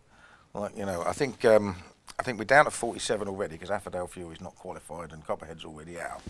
So I think pretty much anything that wants a run is going to get a run in this race because I think 33 of the others have got options elsewhere. Help you, Keels. Two Henderson horses are out. Two Henderson Well, they're not. Yes, I'm quite pricking my ears here a bit. Hold on, they're back in. I mean, yeah. Highland won't. It's worth. So you have Highland and you've got Fantastic Lady. Fantastic Lady was going to run in the Kim Muir. Well, until now, Nicky. There's Well, only going to be 4 runners in the Ultimate. It's going to be a small field. You aren't going to have that many novices in the race, I don't think. Not, because I really liked Mayertown if the ground was soft because you're going to be right down the bottom of the weight, so about £8 lower than any other horse has run in this race for about 10 years. But Peter Scudamore was talking up the chances of Whistle Stop Tour from the Lucinda Russell yard, and it looks like Mayertown's probably going to go to Utoxa. Now, Whistle Stop Tour was 7th in that trials race over 2.5, which has always been a good guide to Cheltenham, but he was closer at 2 out than he was at the line, and you want it to be the other way round if you're going back up to 3 miles. So that would worry me, and I was looking at it. I think we're going to have a lot of exposed horses in the race, and there's a horse in there trained by Gavin Cromwell, who is an absolute master when it comes to handicap races. We saw that with I Know the Way You're Thinking going off at 13 or 8 in the Kim Muir last year. And it's Melina Girl. Now she's exposed and she's Irish, so she wouldn't be a trends horse for the Ultima by any stretch of the imagination. But she's run 3 times at Cheltenham. She finished 3rd on a debut there as a 5-year-old in a 3-mile handicap chase. She absolutely gagged up by 10 lengths the next time she ran there, and then after that she was cruising, cantering in the race won by Broadway Boy, and she just lost her footing on landing at the 3rd last and came down. Now, Broadway Boy is £4 higher now and is 8-1. She's £4 lower now and is 25-1. She can't be And big. she ran well the other day. And she ran well the other day. She's only run twice this year, so Gavin Cromwell is holding her back for something, and it can't be the Grand National because she's only rated 142, and it's the only other race she's in. So it has to be this race. Oh, you she might goes have well at found Cheltenham. She's 25, so she won't go off bigger than 8s on the day. Okay, 25-1 Melina Girl for handicap king Gavin Cromwell. He's landed some huge handicaps in Ireland this year, and you've found plenty of those winners. So you have you found the winner of the Ultima? Well, I backed Melina Girl when she fell over that day, so she's definitely on the list. One of Nicky's old boys, Ben Pauling, has a very good record in handicap chases at Cheltenham Festival. I think Henry's Friend, who is a bit exposed, but it's going to be loads of similar types to him. He's a strong stayer and he'll like good ground. He's the type of horse that could go well. Okay, and one I'm going to put up at a huge price is the Short Go for Henry de Bromhead, who I thought could be an interesting one down low in the weights. The Short Go ran well at Cheltenham against stablemate earlier on this season. That is your Ultimate handicap chase. Now it's time for the Close Brothers Mares Hurdle, and we know now that Brighter Days Ahead will not be running here, and the knock-on effect of that is because it's a non-runner, no-bet market. Lossiemouth is 8-11, Jade de Grugy 7-4, July Flower 4-1, Golden Ace 6-1, Cargeese is 7-1, Take No Chance 8-1, Calaconte 10-1, 12-1 Jatara, and 14-1 Bar. What is going to happen here, Ed Nicholson, with this market? Because it's going to be interesting to see what happens with Lossiemouth now. We'll ask the lads what they think will happen with Lossiemouth, but the market itself has just changed dramatically in the last 24 hours with Brighter Days Ahead coming out. Could you see Jade de Grugy going off very short if Lossiemouth comes out? Yeah, definitely. And there might be another mare that could come into it as well that we might discuss a little bit later. But it's going to be a very interesting. Of all the markets, I think this one, before the information about Bright Days Ahead, but almost since it's still up in the air regarding the favouritism. Because Lossiemouth, according to the experts, is more likely to go for the champion hurdle, Unibet champion hurdle. So that then does make this race very interesting. Well, it's Willie's 2-year plan, as he said. Willie said this is a 2-year plan for Lossiemouth in the champion hurdle. So yeah, and there's lots of other fillies in the race, mares in the race that have form on different ground, I mean, July Flower ran in the French champion hurdle, which is over 3 miles too. and only lost by a length and a half to Hewick. So, I mean, she stays, obviously, and it might be a bit quicker on this day. Who's Unibet's worst loser at the moment? Good question, and I'm quickly looking at my notes. But Good we've got research, we've got Brighter Days Ahead and Lossiemouth, who've both been backed. We've also laid Gala Marceau 40s in, and that came over to England, didn't it, recently? Didn't really do much, but 40s into 25s. And Jade de Grugy, that's the one. 5-2 we did lay without the not running no bet. So it's a very open race, and it's quite a tricky race to talk about from a betting point of view because we don't know where that favourite is going, and there might be someone else to come into the scene. Come in here. Tell us now. Is there something you need to tell us here? Could something happen here? No, it was interesting. We won't tell anybody, we promise. Just between us and you at home, okay? Is there a chance that something could happen here? Yeah, I think actually, finished. It hasn't necessarily changed because of this morning, but we've been just sort of waiting to see how it would go. I think the plan would be to supplement Joyeuse. Wow. As you know, she can't run in a handicap at Cheltenham because she hasn't had enough runs. She seems in very good order, and look, if it does open up, as it's just started to do that little bit, if it does open up a little bit more without Flossie, we'll give it a go. Well, that definitely adds an extra dimension to the Mayor's Hurdle. She was spectacular at Newbury. How has she been since Newbury? That's the whole point. I mean, Nick and I discussed this over the weekend. And I mean, the big question is, does she stay 2.5? She did get beaten over 2.5 earlier on. But she very much came to the boil before Newbury. There were two different girls, to be honest with you, and she'd suddenly leapt forward. And I think I said, I wouldn't be worried. If she's in the same form as Newbury, then I'm happy at 2.5. And I'd like to think she'd had a nice bit. She didn't have to do it. She doesn't need a lot of work. Newbury was only 3 weeks ago anyway, so she just had a spin on Saturday. She'd do one bit this week. She was in very, very good order, yeah. That is interesting, Tom. I'm no odds compiler, and I don't work for any bookmaker, but my instinct would tell me she could be second favourite, around second or third favourite, Joyeuse. If Lossiemouth comes out, yes, she's a 5-1 shot, something like that. That's what I was taking, around 9-2. Yeah, she's something like that. Yeah, she's a very interesting player, isn't she, on what she showed at Newbury? Yeah, she is. I mean, she might lack a bit of experience as well, but she was very professional. And in a big handicap like that, I mean, Nick just gave her the most beautiful ride, confident dream ride. And it's the same actually as Iberico Lord last year. He just went exactly the same. Had all the room in the world, never got bothered by anybody, and she was always going to win. Yeah, because it was like even when he takes that route down the inside, it reminded me almost of My 10 to Yours was similar as well, taking that route in that race. Yeah, she's good, isn't she? She's getting better. Yeah. I think that's the secret. I mean, stamina, whether that gets any stronger, I don't know. I don't think getting beaten at Cheltenham that day was necessarily because of the trip. I just think she's coming up. What do you like in the Mayor's Hurdle, Tom? Well, I think Golden Ace, if she runs here, has a huge chance. I really do. Well, Jeremy Scott was interviewed a couple of days ago, and he was saying with the forecast the way it is, that she's likely to go here rather than the Champion Hurdle, I think. Well, she can't win the Champion Hurdle. She's got no chance, has she? She's Burdett Road, so she's 10 lengths. She's 15 lengths behind the good ones. She has beaten the 7-4 second favourite, though. Well, she has indeed. But I think this race is perfect for her. I am not one of those people that think she cannot stay 2.5 miles. She's already won over 2.5 miles doing handsprings at Cheltenham. I think she needs 2.5 miles. I think the reason she wasn't running well at the start of the season was because the stable were not. They were just. Nicky will tell you, if your horses are out of form, you can't stay any trip. Do you know what I mean? That's why she wasn't. And she still was only beaten 2 lengths by Lucky Place at Ascot. It wasn't like she ran terribly. I think this trip is perfect for her. I think this race is perfect for her, and I think she's got the best form. So she would be my choice if she went here. But there's obviously, the non-runner no bet helps you with that angle. That was Tom Segal in full flow there. He likes Golden Ace 6-1. What do you like, Hill? The big question mark is about Lossiemouth, isn't it? I mean, it's always been the plan to go for the Champion Hurdle, but then she's taken a heavy fall What are you hearing? Come I on, haven't spit heard- it I out. What are haven't- you hearing? You're I- hearing something. I know, I haven't heard anything. As far as I know, it's the plan. You don't hear anything from the Mullins camp. You can imagine I'd get that close to it, would you?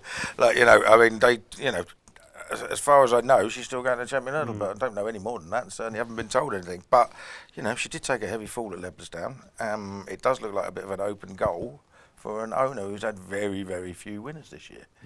Yeah. You know what I mean? So whether they think, well, hang on, let's go and have a party, as if it were. Is she an absolute She's going to be a strong favourite. There's no givens in racing. We all know that. We've seen things happen before. But I mean, she's going to be a strong favourite if she wins. If not, it becomes a more open race, doesn't it? I would be interested in Joyeuse. I think when she ran over 2.5 Cheltenham, I think on RPR she actually improved on what she'd done before.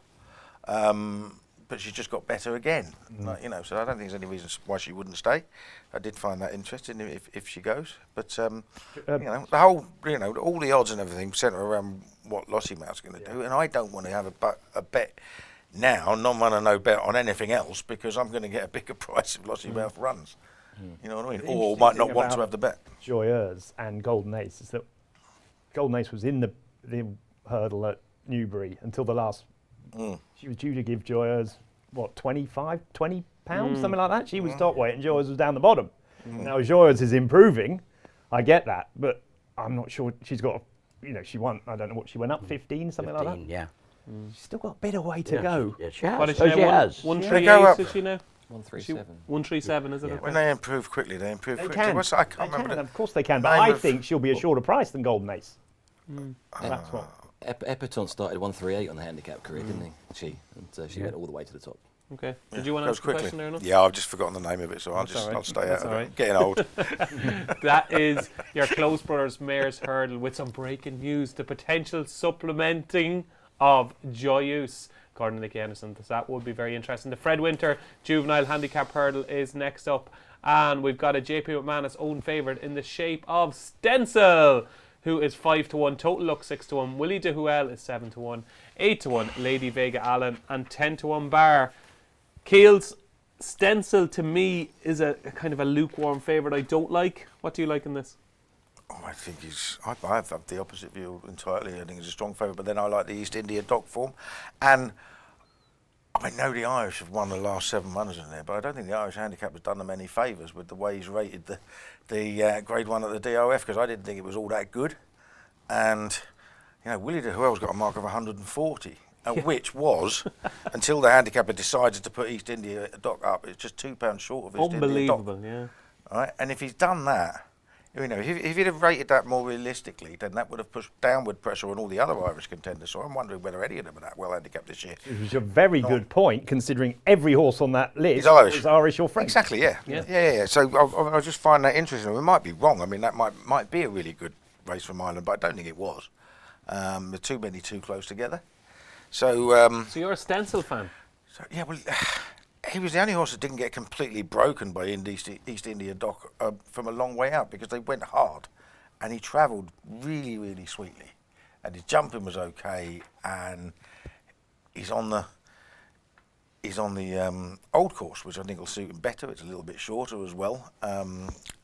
He's by a Derby winner, Massar. He's never run on anything other than soft ground. I think a better surface is going to suit him as well. So I think he's got a hell of a lot going for him. There are going to be 24 runners on the day or whatever, so I don't think he's going to get any shorter. But I think he's the standout one at the top. And I'll let Tom give the case for Hot Fuss, because he's already tipped him. But that was the other one I would have come round to, because he just run a career best on the flat and has a higher mark. And just on Stencil, James Reevely said it was his best ride of the festival as well. And of course, he'll be on Ile Francais. So you like this Hot Fuss? Well, he's the closest any horse has got to East India Dock, for starters, at Wincanton at the start of the season. The two of them jumped the last together. Yeah. And they had the horse that won at Newbury well behind. I can't remember, Gary Moore's horse that won at Newbury last week. I think that was a really good race. He then came out and won at Sandown, showing he stayed. He was a little bit disappointing in the fog at Chepstow, but I don't think anyone could see anything that day, so who knows what happened. And then he came out on the all-weather the other day and won by 3.5 lengths, beating a 141 rated hurdler, pointless. And that was over 2 miles. We know he stays. He's just the type, if these Irish horses are badly handicapped, a horse like him can run well. He's by Calix, believe it or not. He would have a billion to win a Cheltenham. He has stayed really well on the flat, hasn't he? They're all staying really well on the flat. If there's a bit of give in the ground, which I think there will be on the first day, that helps him. So he goes in there. And I also throw in Liam Swagger, who won on the all-weather as well the same week. He won for James Owen, who's obviously got East India Dock. He was really impressive and scooted home the other day. So if, as Keels is pointing out, and I agree with him, the Irish horses are badly handicapped, then maybe this is a chance for the English and Scottish, the British horses to come into this race. If that's the case, I think Hot Fuss and Liam Swagger would have good chances. Beautiful. Two tasty prices there from Tom in the Fred Winter. Hang on, we need to ask you a question because you're an absolute master at this race, and the Irish always I'm a win. master at eating. That's it. You're not quite as good at me as that. Well, we give it a good go now. In fairness. But come on, you must have a bit of Irish insight from that.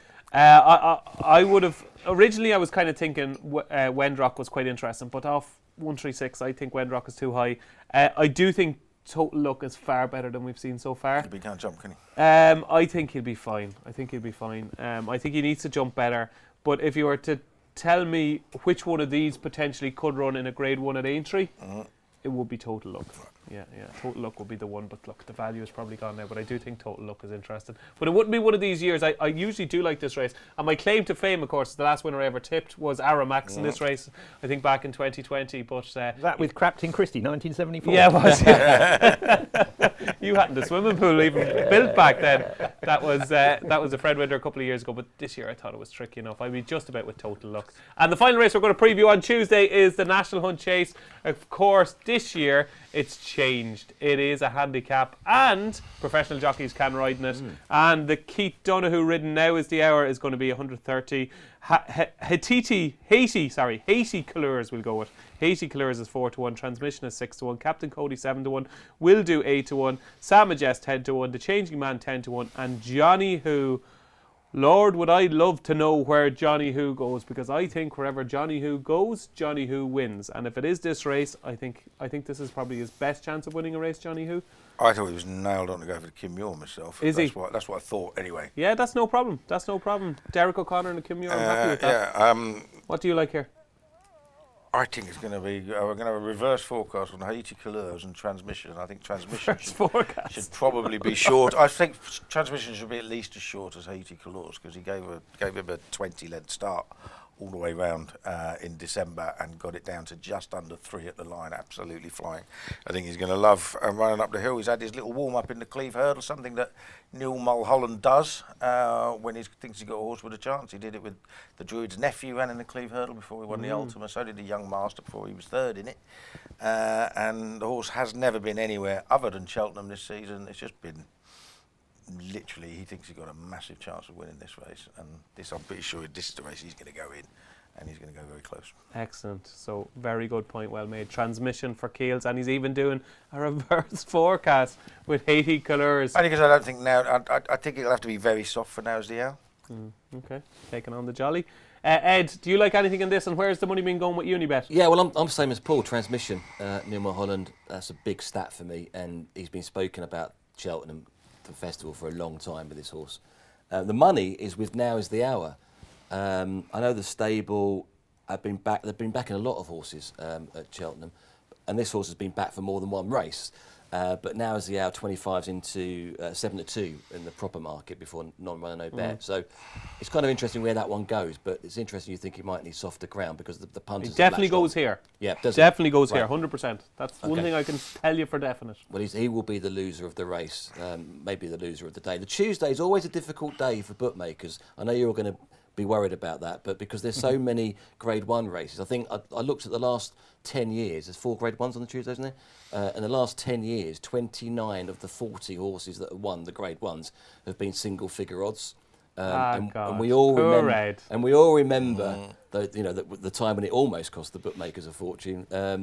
Almost.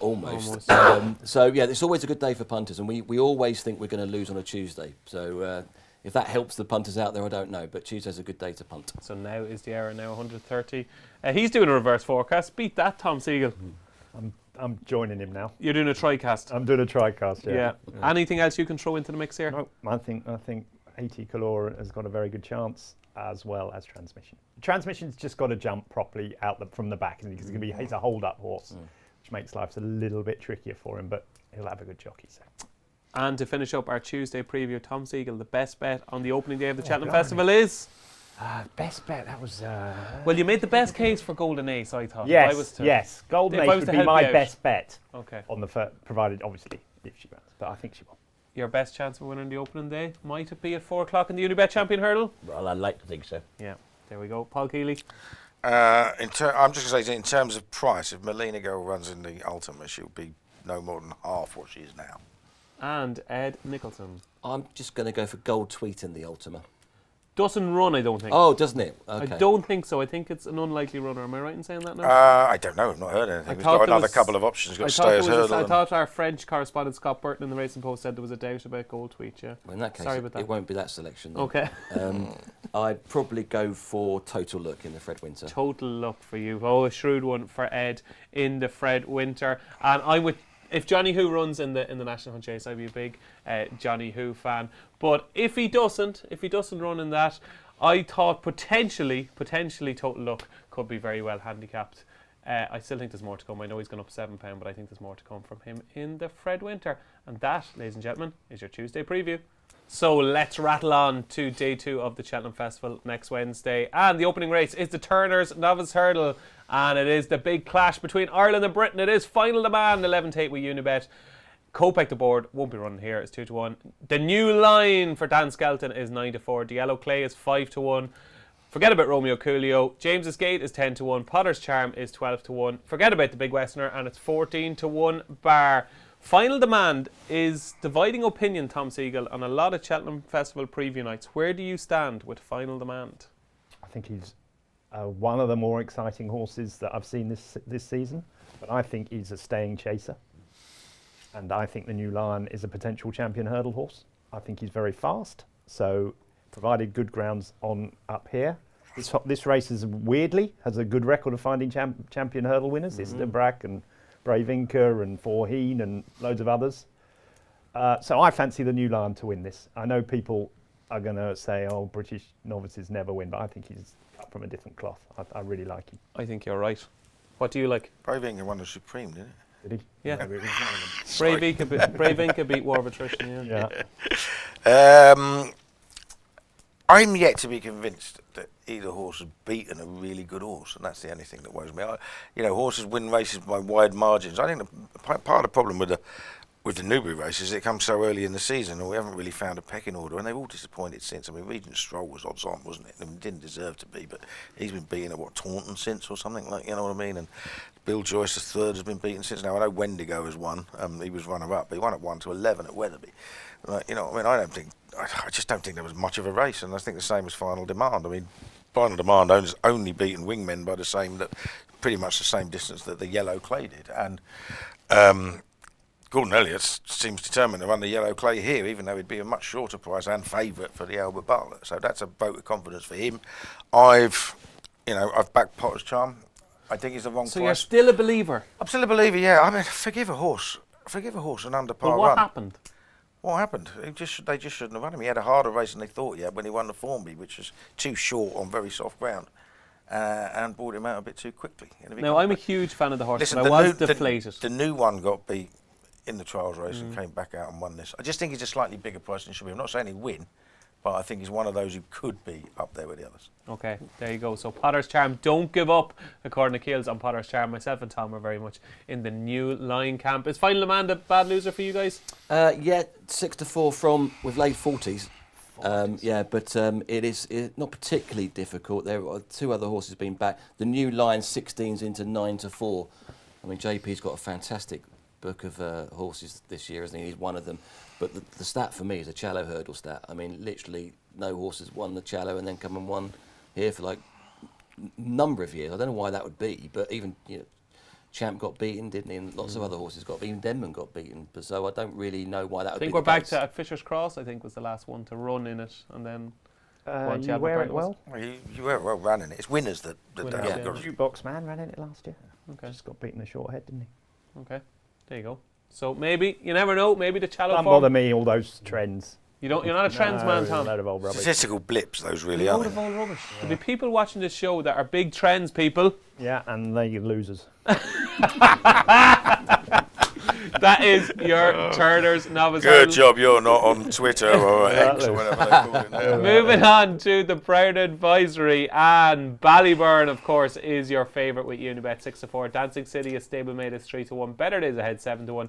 Django Boyle, who's going for the Arkle, is 8-1. Crow Park 9-1. 12-1. Lecky Watson and Stellar Story. Key to Bourbon is 14-1, and it's 16-1 bar. Could Jinko Blue run here? No. No. No, we're leaving him alone. We'll try and get him back in time for range. Okay, so he won't run at Cheltenham. Okay. Keelsey, a Ballyburn fan? I'm a fan. I'm just not 100% convinced that he likes jumping. I think he, I don't say not likes it, but I think it's a bit of an effort for him to jump fences. I have a feeling he's not going to be quite as good as everybody thinks he is. That doesn't mean he can't win this because he has the best form. I have backed one at a big price. I was waiting for Gorgeous Tom to be entered in a handicap, and he wasn't. And that's like a vote of confidence for Henry de Boinville. He comes here instead. As long as the ground's not too deep. He's a length fourth to Croke Park last time we saw him in that Grade 1 over 2.5, and he looked like dropping out the back of the telly, turning for home, and he was still last, jumping the last, and then he absolutely flew, and his pedigree just screamed stamina, so he's going to leave that form miles behind. I'm not saying he'll beat Ballyburn, but I think he's quite a big price each way. Interesting. I've seen more of Darragh O'Keefe in the last week than I have of my wife, and Darragh O'Keefe is very keen on Gorgeous Tom, named after Mr. Segal, of course. Absolutely, yeah. He thinks it's going to run a cracker and is crying out for 3 miles. So interesting there that you picked out Gorgeous Tom. Does Gorgeous Tom fancy Gorgeous Tom? Yeah, I do. I do. The more, the Do better. you, just because of the name now? Well, you know. Is that who you're picking them these days? Me and Because of the Henry, name? you know, we're like this. He just called a horse after me. What can I do? The better the ground, the better chance he's got. He'll stay 3 miles, and he'll love going 3 miles. So I think Ballyburn is very much the one to beat. I'm not worried about him staying the trip at all.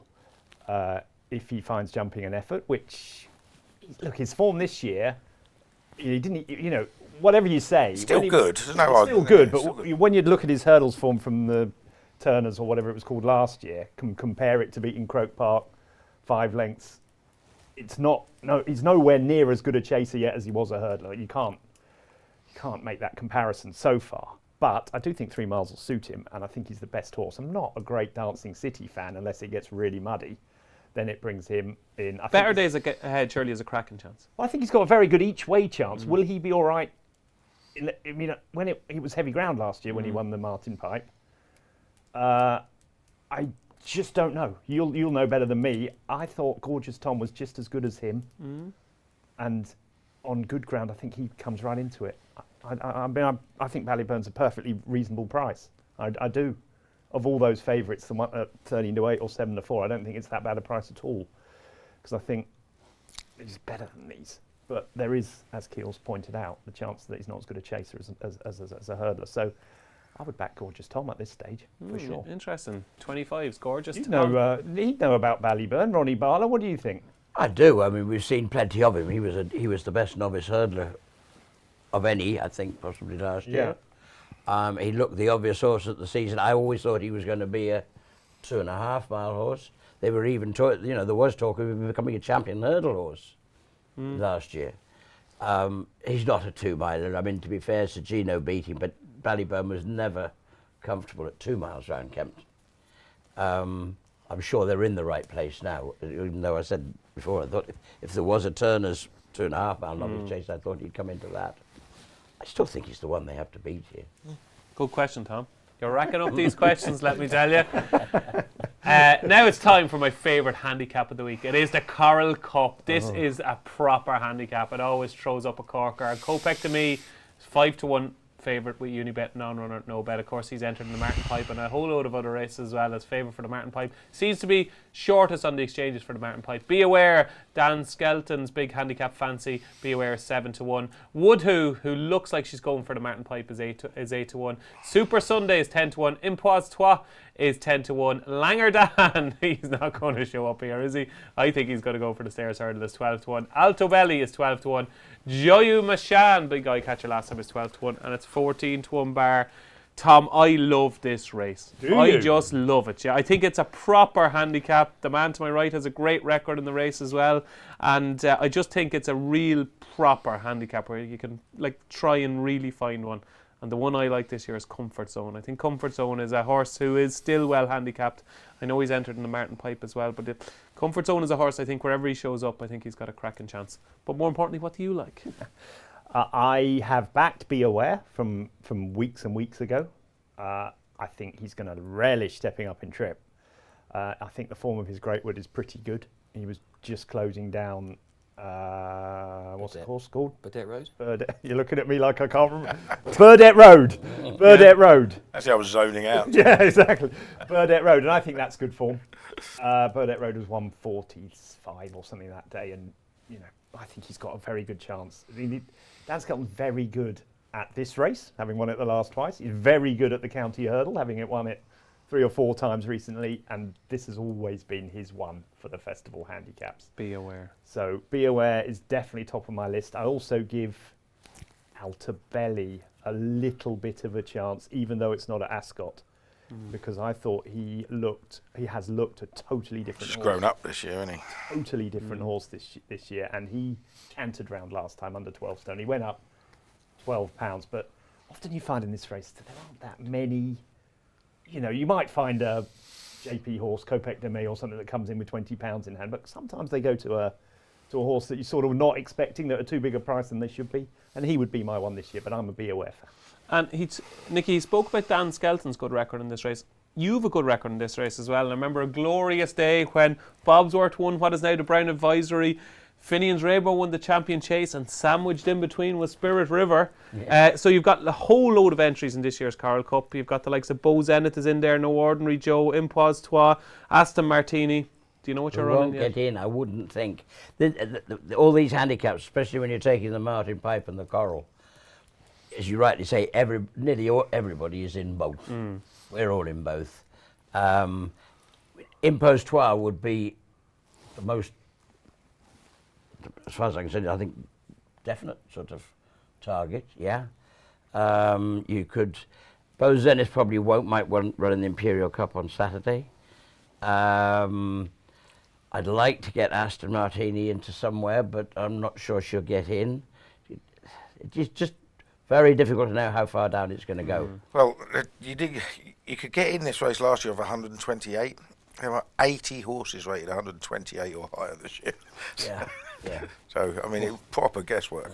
I'm getting If you won the Imperial Cup, would Beau Zenith run again for the bonus? you going at another question, yeah? I'm going to ask Nicky the pertinent questions while you're waffling on.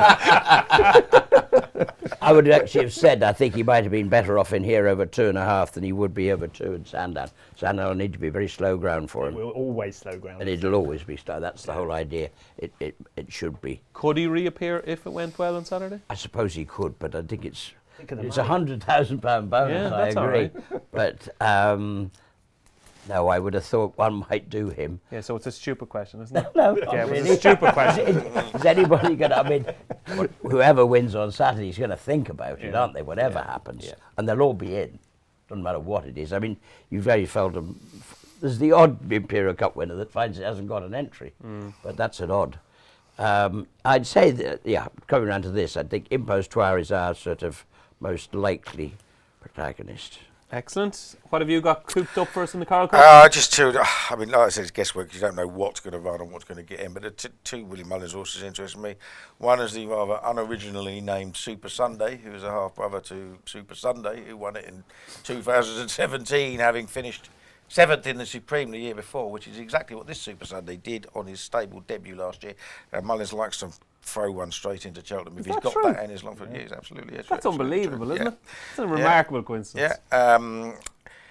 He's second to the Yellow Clay reads really well, and he wouldn't be the first horse to disappoint at the DRF, and he was reported to have returned stiff behind as well, so I'd forgive him that.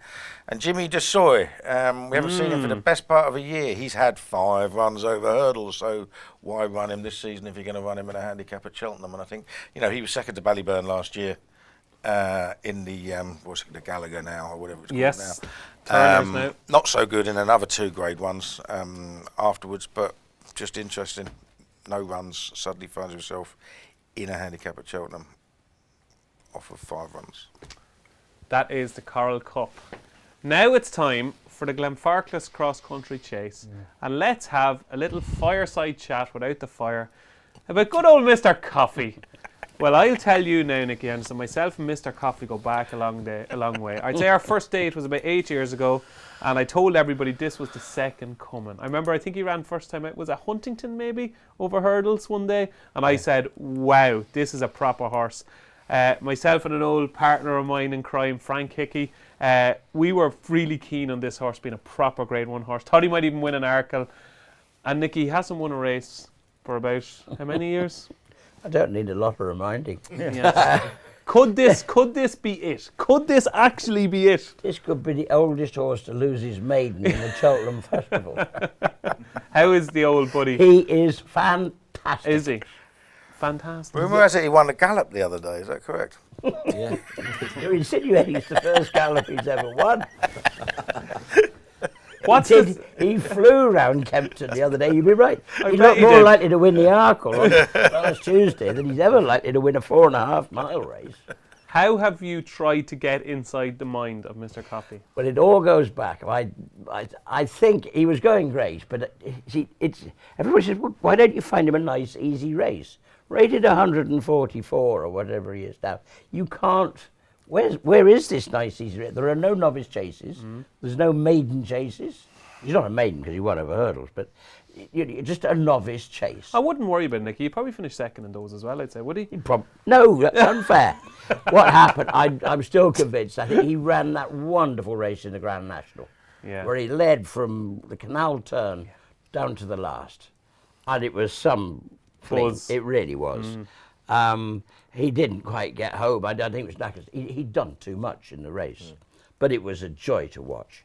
But to be honest with you, like it can do, I mean, you just felt he had given every little tincture of his body into that. And they do take time to get over it. And I mean, there's no doubt the glass was quite empty. And it took him all the time. And we were nearly retiring him at the end of last season. And Lady Bamford was quite keen to have him home. Haven't we done enough, Nicky? And I said, please, can we just have one more go? And the two ideas I had really was either to hunt to chase him, because he qualifies for all of those, not surprisingly, as a maiden, or cross country. And we took him to Cheltenham to have a practice. I mean, there's no doubt the horse enjoyed it. Nico absolutely loved it. And we ran him in the first one, dropped him right out. He was education, to be honest with you, but dropped him out and he flew home, having had a lovely time learning about what was going on. And he flew home, and so he came back again for the second one, and again he finished second, finishing very strongly. Yeah, he likes I that, wondered if he'd just done a little bit too much early on. We took to riding him a little bit more. We put him in the race very early, and he just over-raced a tiny bit, which is not the way to get home. So I think we'd probably know that he'll be mid-div. He really hasn't been better. He's loved this whole game. Yes, we've been inside his head for since the beginning of this season, playing, and he jumped some fences the other day. And again, you'd think he was going for the Arkle, but he's not. He's going to do this. This is the one horse I'm looking forward to. I'm looking forward to lots of them. Yeah. But this amuses me. Yeah, he is. He just is that guilty pleasure, isn't he? We just love Mr. Coffey. If you're watching Mr. Coffey, best of luck on Wednesday week. Yeah. He's going in a place double with my mate Mozzie in the Grand Annual. Both will look like they're winning and get you really excited, and then they won't. Could he actually do it? Could he? He's got the talent, isn't he? Yeah. I think he's definitely got the talent, but yeah, for some reason he hasn't done it yet. I backed Bustleton at a big price, and I'm not surprised to see that he got punted because he's had a couple of looks around that course, and they were looks, and he's going to be a lot more competitive this time. Bustleton, yeah, a lot of Shrewdies are fancying Former Bustleton. Kerry National winner, still only 8 years old. Yeah. So Well handicapped on old form. Tom, anything you like in this, or is this a race to have a cup of tea for? No, Galvin will win that one. Galvin? Yeah. Oh, Roddy. Yeah. Can't face it. He's a proper Gold Cup horse, isn't he? That's getting weight from horses that he shouldn't be getting weight from. And Okay. it'll be the first time in donkey's years that it's not heavy. when he runs, basically. Stumptown is favourite. Is he a strong favourite? Yeah, 8's into 9-4 in the proper market. But Galvin's been back from 10s into 5s. It'll be his 6th Cheltenham When Festival. you're saying these initial prices, how far back are we going? Like kind of the biggest price they've been all season, is At the it? beginning of the season, Yes, so okay. October, November, or when they come into the Into the market. yeah, into the So market. their first look in the yeah, market. Yeah. Okay. So I was interested in what price Tom's got to be aware at, because that'll be interesting. It was only double figures. It wasn't massive. Well, we were Never 14s, massive. so Yeah, that it was about that. Yeah, we were 14s when we first introduced Yeah. him for the race. Is Stumptown your worst loser? In that race, yes. Okay. That is the Glenfarclas Cross Country Chase. And you never know, it could be Mr. Coffee's day. Moving on to the Johnny Henderson Grand Annual, another Corkin handicap. And this year, last year's runner-up, Liberty Hunter, is 7-1 to go one better. Touch Me Not, who's going for the Arkle, is 8-1. Firefox, who looks like he's going for the Jack Richards Novice Handicap Chase, is 8-1. Unexpected Party, last year's winner, is 8-1. Jazzy Matty, your former Fred Winter winner, is 9-1. My Mate Mozzie in Kiel's place double is 10-1. The King of PRS is 10-1. And Springwell Bay, who's in this and a whole host of other races, is 11-1. Love the Grand Annual, Tom. What do you like? I don't. Well, I like it because it's named after. Oh, your yeah, guy, well saved. obviously, yes. Well saved, yeah. Quickly, few. Yeah. This is the one race I haven't had a look at. I think sometimes you want to give yourself a chance on the day. That's when you're really fresh. Otherwise, you just get so bogged down in what you've done. This That's is fine. the race I haven't looked at all, so I couldn't really start. You won't have a runner? No, I just give the prize to somebody. Yeah, absolutely. Well, You've got to stick around until the last. just wait now 30 seconds to find out who you're going to be giving it Okay. to. Keels, Let me know. who's he going to be giving it to? I kind of hope it's my mate Mozzie. I doubt it very much, but he is going to look like he's going to win. He is going to be travelling supremely well going to the last. And this is funny, over the years, this has gone to some proper characters that have managed to do it, get it right on the day. Because if they go too fast, that's exactly what he wants. So I kind of hope, and I quite like these horses that look like they're doing everything so easy. And you know, he's the sort of the Archibald of the 2 mile chasers, really. And I'd like to see him win. Okay. But I'm not, I would have a very small wager on it. The one kind of classy horse in this race that I think if he goes here, he's got a massive chance is JPR1, who I think is really suited to this type of race. The ground is going to be decent. I know I think he's rated 156, but I just thought he was the classy kind of horse in the race this year. I give him a big chance. Where's the money going, Ed? Unexpected Party has been back 16s into 8s. Obviously last year's winner, a little bit higher in the weights. And Jazzy Matty, you'll be able to tell us a bit about that, but I've been told by traders it's a big Irish gamble, 33s into, I had 9s when the market was full.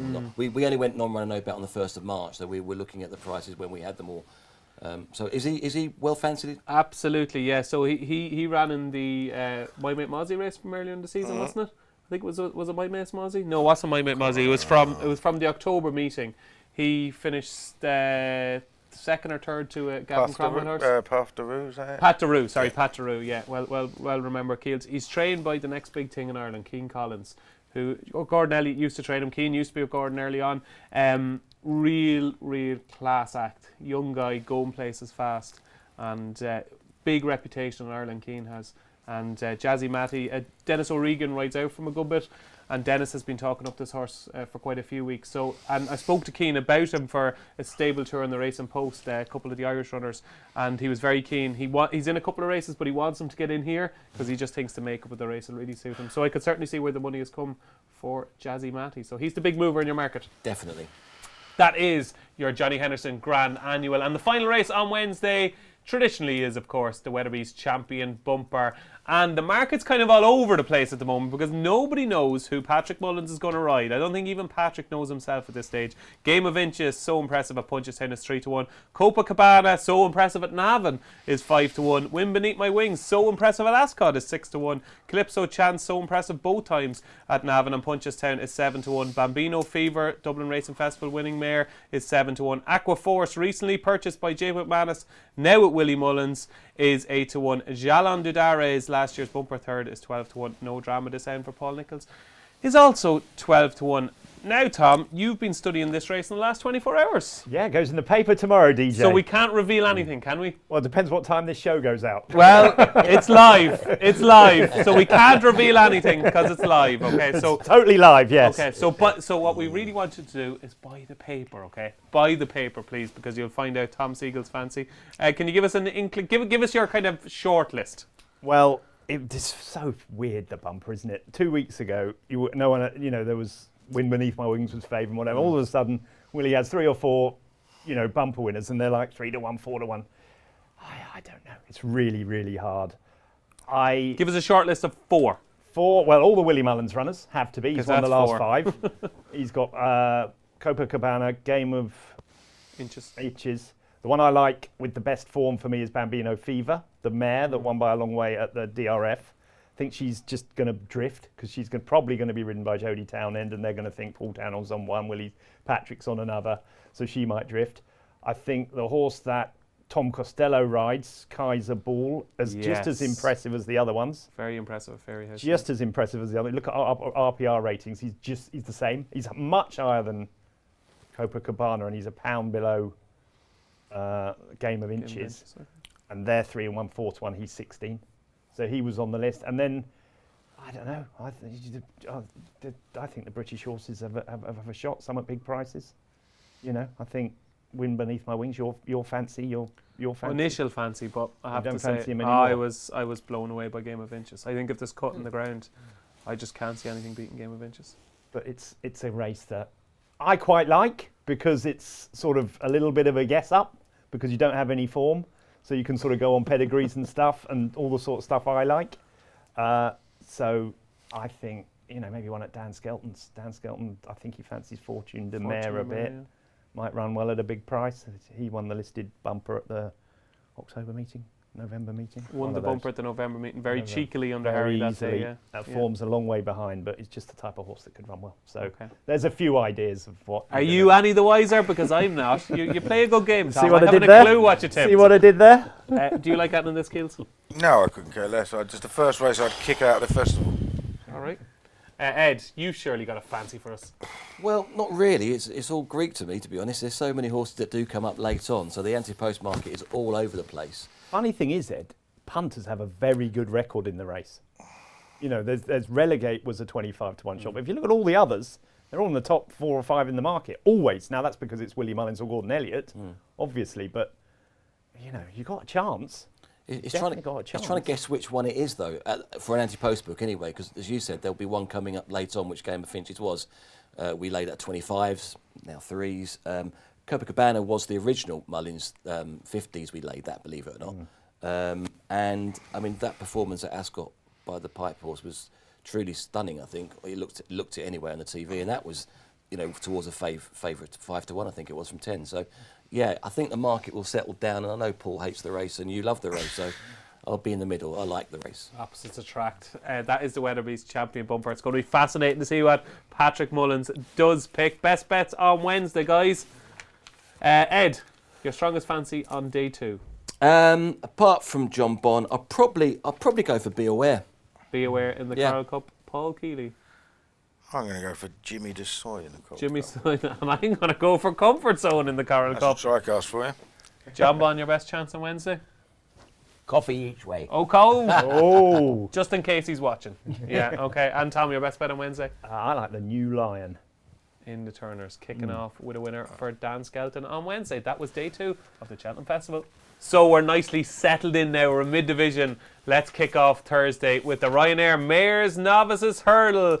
And it's a Gavin Cromwell trained favourite in the shape of 6.5, who has been well talked up in the lead up to the Cheltenham Festival. We've also got Maureen in here as Gavin Cromwell takes on Willie Mullins. It is 6.5 is 5 to 2. Maureen is 3 to 1. Caroline Bamboo 7 to 1. 8 to 1 Jubilee Alpha with Galileo Dame, who's entered also in the Triumph Hurdle, and 12 to 1 Aurora Vega. Right, Tom. The Mares Novice Hurdle. Are you 6.5 or are you a Maureen fan? Definitely not a Maureen fan. Are you not? No. I like 6.5, but I don't think she's a good thing by any stretch of the imagination. I'm quite interested in Caroline Bamboo. And the other one, that's just Diva Luna. Diva Luna, I think on her bumper form, when she won at Aintree is very good. I think she might have got bogged down in the ground at Sandown last time, but the horse that beat her ran very well in the listed race at Kelso on Saturday. I think she could run well on good ground. She's a very good jumper, and she's won at the track. Lovely. Diva Luna at a nice juicy price for Tom Keels. Any idea where Galileo Dome is going? She's a shorter price for this race than the Triumph Hurdle, but I don't. Because I think she's got a right chance in there. Very, very few 4-year-olds have run in this race. In fact, none of them have actually had a chance, the ones that are running it. They've all been rank outsiders, but she gets £8. I think she's... I don't think she can win the Triumph, because I don't think she can beat the big two from Britain. Yeah, she's a big player here. And she gets the weight allowance here, and she was a good flat horse, second to Hamish in the listed race at the Curragh. I think she's got a good chance here. Okay, next up is the Jack Richards Novices Limited Handicap Chase. It's a new race for this year's Cheltenham Festival. And Jaguar is your 9-2 favourite. Asian Master 7-1. Nürburgring Galway Hurdle winner 7-1. Firefox 8-1. Answer the Cave 8-1. 10-1 Springwell Bay. 12-1 Jordans. And Blizzard of Oz. You're glad this is back because this used to be your favourite race of the festival. Yeah, it used to be my favourite race. I was very good at it when it was a 0-145. But now with, no weight limit and trying to work out what's going to run and what the bottom weights are is a little bit different, a little bit harder. I'm a bit disappointed with all the money that's come for Asian Master because I thought he was very, very interesting. The only problem is he might be ridden by the Avatar, who's known as Tom Costello, who's 6'4", and I don't think he's done less than 11.5 or anything. Like, you know what I mean? I don't know what he can do, but Nicky Henderson, Willie Mullins hasn't won a single handicap chase at the Cheltenham Festival. All the races he's won, he never won a handicap chase. But this is one of the few that actually looks like he's been laid out for it, and I'm assuming that's because Tom Costello isn't going to be around that long, being the size he is. you know what I mean? For riding. Riding, by the way. Riding, and they were able just to give this horse 2 runs over fences because he actually ran in a hunter chase before he went novice hurdling for another trainer. And those 2 runs, third to Miles Madgeburg, beating 7 lengths, third to Mr. Gift, beating 7 lengths. They're not bad for a horse being rated in the 140s. And, he was 4th in the Supreme. And his entire pedigree say he wants further than 2 miles, and he's never actually run over it since his point-to-point days. So I think he's going to have a big chance. Asian Master could be a big day for the gent that is Tom Costello. Do you like anything in this? The boys will be in the gallery will be pleased to know I fancy about 24 in this. So if you go one by one, is that all right, lads? Yeah. We've loads of time. I thought it was impossible. I thought Pick Rock for another Ben Pauling horse could run well if he runs in this rather than the 3-mile sixer. Tom, what about Caldwell Potter? That's your project, DJ. I'll leave that to you. Yeah. What about? You don't like him? Well, not on good ground, I don't. I think he's got the... But it's the second race on Thursday. It is there's no way it's going to be really good ground. No, second race on that course, they'll be cutting the ground. Yeah. He's rated 146, Tom. 146. He's better than 146. Good, he isn't though, is he? I think he is. Is he? Yeah, he's got to prove it though. He isn't yet, is he? I hope you're right. I hope you're right for you because I know he's a strong fancy horse. I just think the problem with this race, when it being a fully open, there's going to be 25 that are thinking the same as Caldwell Potter. Now maybe they're not as well handicapped as Caldwell Potter, but it's just going to be a rhythm race. I don't know. I think that's what suits him. I think he'll be able to get into a rhythm up at the pace. I think he's got a cracking chance. Yeah, I'm probably wrong, but anyway, I think he's got a cracking chance. That is the Jack Richards Novices Limited Handicap Chase, and next up it is the Pertemps Final, and this is a plot race. If ever there was a plot race, the Wall Park, likely to be top weight off 152, is 5-1. Jericho the Repine is your 5-1 joint favourite. Will the Wise, impressive, tipped up by Pricewise the other day, and Julio Blige 6-1. Gwynny May Boy is 8-1. Win Some Lose Some, who won at Leopardstown at Christmas, 8-1. Beat Feed of a Dancer, who is 12-1. Henry II is 12-1, and D'Art is 14-1. And because this is Mr. Tom Segal's one of his strongest fancies of the entire week, we have a boost, Ed. Yep, I can give the boost, and probably that's not going to help you because you've got to tell everyone who the horse is. But the boost is the Tom Segal Nap, we've been told. Feats of a Dancer. We're going to boost it from 12s to 16-1. So get on to the unibet.co.uk racing specials tab as soon as you can. That won't last that long because we have the next boost upcoming in the same day. So if you do fancy Feet of a Dancer, it is Tom Segal's selection. 12s to 16s now. Okay, and Tom Segal, you have 60 seconds to make your case for Feet of a Dancer, starting now. Well, she was a bit keen last time. She came to win at Leopardstown over Christmas. She's best fresh. She's been kept for the race. Trainer won it with another mare a couple of years ago, Mrs. Milner. I just think Paul Nolan's horse has always won well in these handicaps. Good ground, better she is. Unfortunately, the man to my left might have scuppered me because at the time I didn't know Jericho de Repene was going to be there.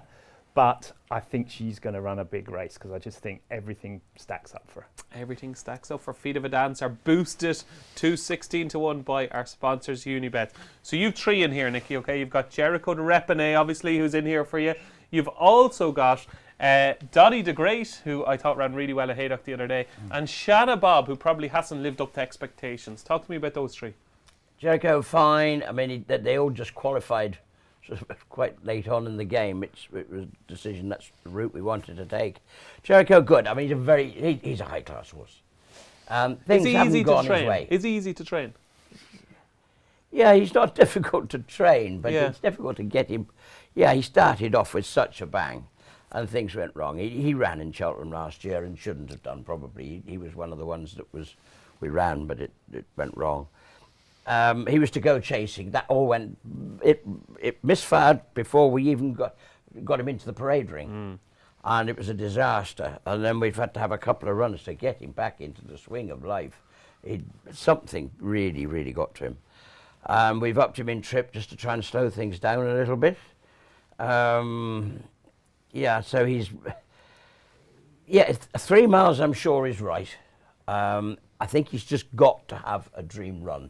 Now, you're going to get your full field because I'm worried even down the bottom there we might not get in.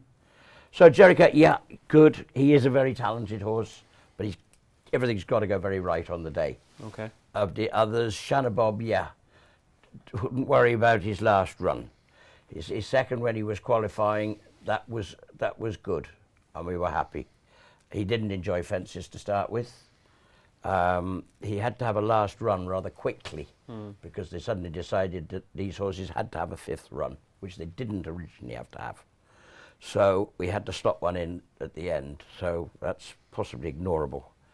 I'd love Doddy to get into this race. I think we found the solution to him. Going to 3 miles, a little bit of cheek pieces. He ran a great race at Haydock the other day, and I hope he gets in. Oh, you're Doddying. I could be very Doddy. Doddy the Great. There we go. If body language and tone is anything to go by, I have a feeling I know which one Nicky has a sneaky suspicion might be his Pertemps final horse. But you like a different one, don't you? Well, what do I know compared to Nicky? But I like Shanna Bob's profile, insofar he's obviously a doughty stayer. And he obviously hasn't got much on the old dial in terms of races. And there have been reasons why he hasn't performed as well as maybe we all thought he might do, having won the Grade 2 at Cheltenham as a novice. So, i.e. that he hasn't been jumping well, and last run probably to get in. So I think there's lots of positives to suggest that he's going to improve. But Nicky's got 2 other very good horses, and then there's all the other horses in the race as well. So, but I think you can get 33 to 1 on Shanna Bob, and I think he'll get in. I think he needs 2 to come out. But as Nicky said, there's a win it and you're in it. So there might be a few horses below that go over him, but I think he'll get in. And that's one of the reasons for my choice. Okay, Shanna Bob and a nice juicy price for Ed. And don't forget that boost, by the way. Tom Segal's boost, 16 to 1. Feet of a Dancer. Log on to the site, go on to the specials, and you get 16 to 1 Feet of a Dancer. What do you like? The art of Thomas Cooper. So he had 15 runners at Cheltenham since 2009. 5 of them finished in the first 4. Do you remember his champion bumper winner? Total Enjoyment. Excellent, Keels. Whoa! That was even earlier, wasn't it? You know what I mean? So he's had. Hold on, this is weird. Keels knew Thomas and he knew a bumper winner. He's had a couple. Blimey. You know what I mean? So he's had a couple of. Who rode her? Doesn't run many. I had no idea. Don't be ridiculous. Mick Fitz. Did he? Oh, there you go. That's probably why I backed her. Yeah. But anyway. It ran in a champion bumper. It was his first run at Cheltenham for 12 years or something, a couple of years ago. Didn't show anything, but it was only a week or so after he'd run in the bumper. The fact that he brought him over here then tells me he thought he had a good horse, and he had a slow season last year, but he's taken off this season. He won his handicap, then he ran in a good handicap in which he finished third. Safarua was second, won a big handicap chase afterwards. The fourth, finished second in a qualifier just a couple of weeks ago. And then he went to Carlisle, where he did everything but win. Looked like he was going to win very easily, 100 yards out, got caught out by soft ground and the fact that it's 3 mile 1 furlong and really slipped, but he only just got caught. And Gwenny Made Boy was 3 lengths behind him, and Gwenny Made Boy is going to be £7 worse off, and is half his price. I think he's got a fair chance. Excellent. And one more if he gets in, long draw, beat Gale Road just as easily as Lucky Place and the Wall Park did. Obviously, weight into that as well. But if he sneaks in, it could be interesting too. Okay, there we go. That is your Pertemps final. And moving on to Tom Segal's favourite race of the week, it is the Ryanair Chase. God. And currently, Factifile is your 6-4 favourite. Ile Francais is 3-1. Gaelic Warrior is 7-2. Banbridge 4-1. Spillans Tower, like a lot of these, probably won't run. Banbridge looks like he's going for the Gold Cup. Spillans Tower likely to wait for Aintree. Protectorat, last year's winner, will run. He's 6-1. Energumene surely goes for the Champion Chase, 7-1. 10-1 Jello. So because you love this race so much, I'll let you give a love letter to the Ryanair Chase. What wins? The Ryanair Chase, what a waste of time. I think Factifile is the worst price of the festival. Simply because I don't know where the love-in for him has become from. I can't see it. I think it comes from when he beat Gaelic Warrior in that 2-runner race where he was the only one to finish. Because the form of his Brown Advisory isn't very good. And the form of his he won the John Durkan at the start of the season. That's Calapan Deschamps' warm-up race, isn't it? And then the twice since, he's just looked a bit laboured. You know, he couldn't beat Grange Care West last time in the Irish Gold Cup, and Grange Care West was lapped at wherever it was yesterday. He came last. Navan yesterday. I don't know. Yeah. I think everyone's saying, "Oh, he's definitely going to improve back at this trip." And is he as good as people think he is? He's certainly not on ratings and form. He's not as good a horse as Protectorat. He just isn't yet. I think 6-4's a really, really bad price for what he's done so far. Now, he might improve and win. I get that. But for me, don't like him. I think Protectorat has got a very, very solid chance again. I know Dan Skelton thinks he's in the best form he's ever had him. I think he'll run really well. I think if Ile Francais runs here, he might be 20 lengths in front of the rest. Coming down the hill, and he might be hard to catch. He could be the superstar. But I think Protectorat's just very solid. I just think he's very solid in this race. He always runs his race. He likes Cheltenham. What's not to like? What's not to like? 6-1 Protectorat for Tom Segal. Can't really add any more to that because I agree with all of it. And I've backed Factifile at a big price because I thought he was going to be a non-stayer. How big? 16th. But I genuinely don't think he'll win.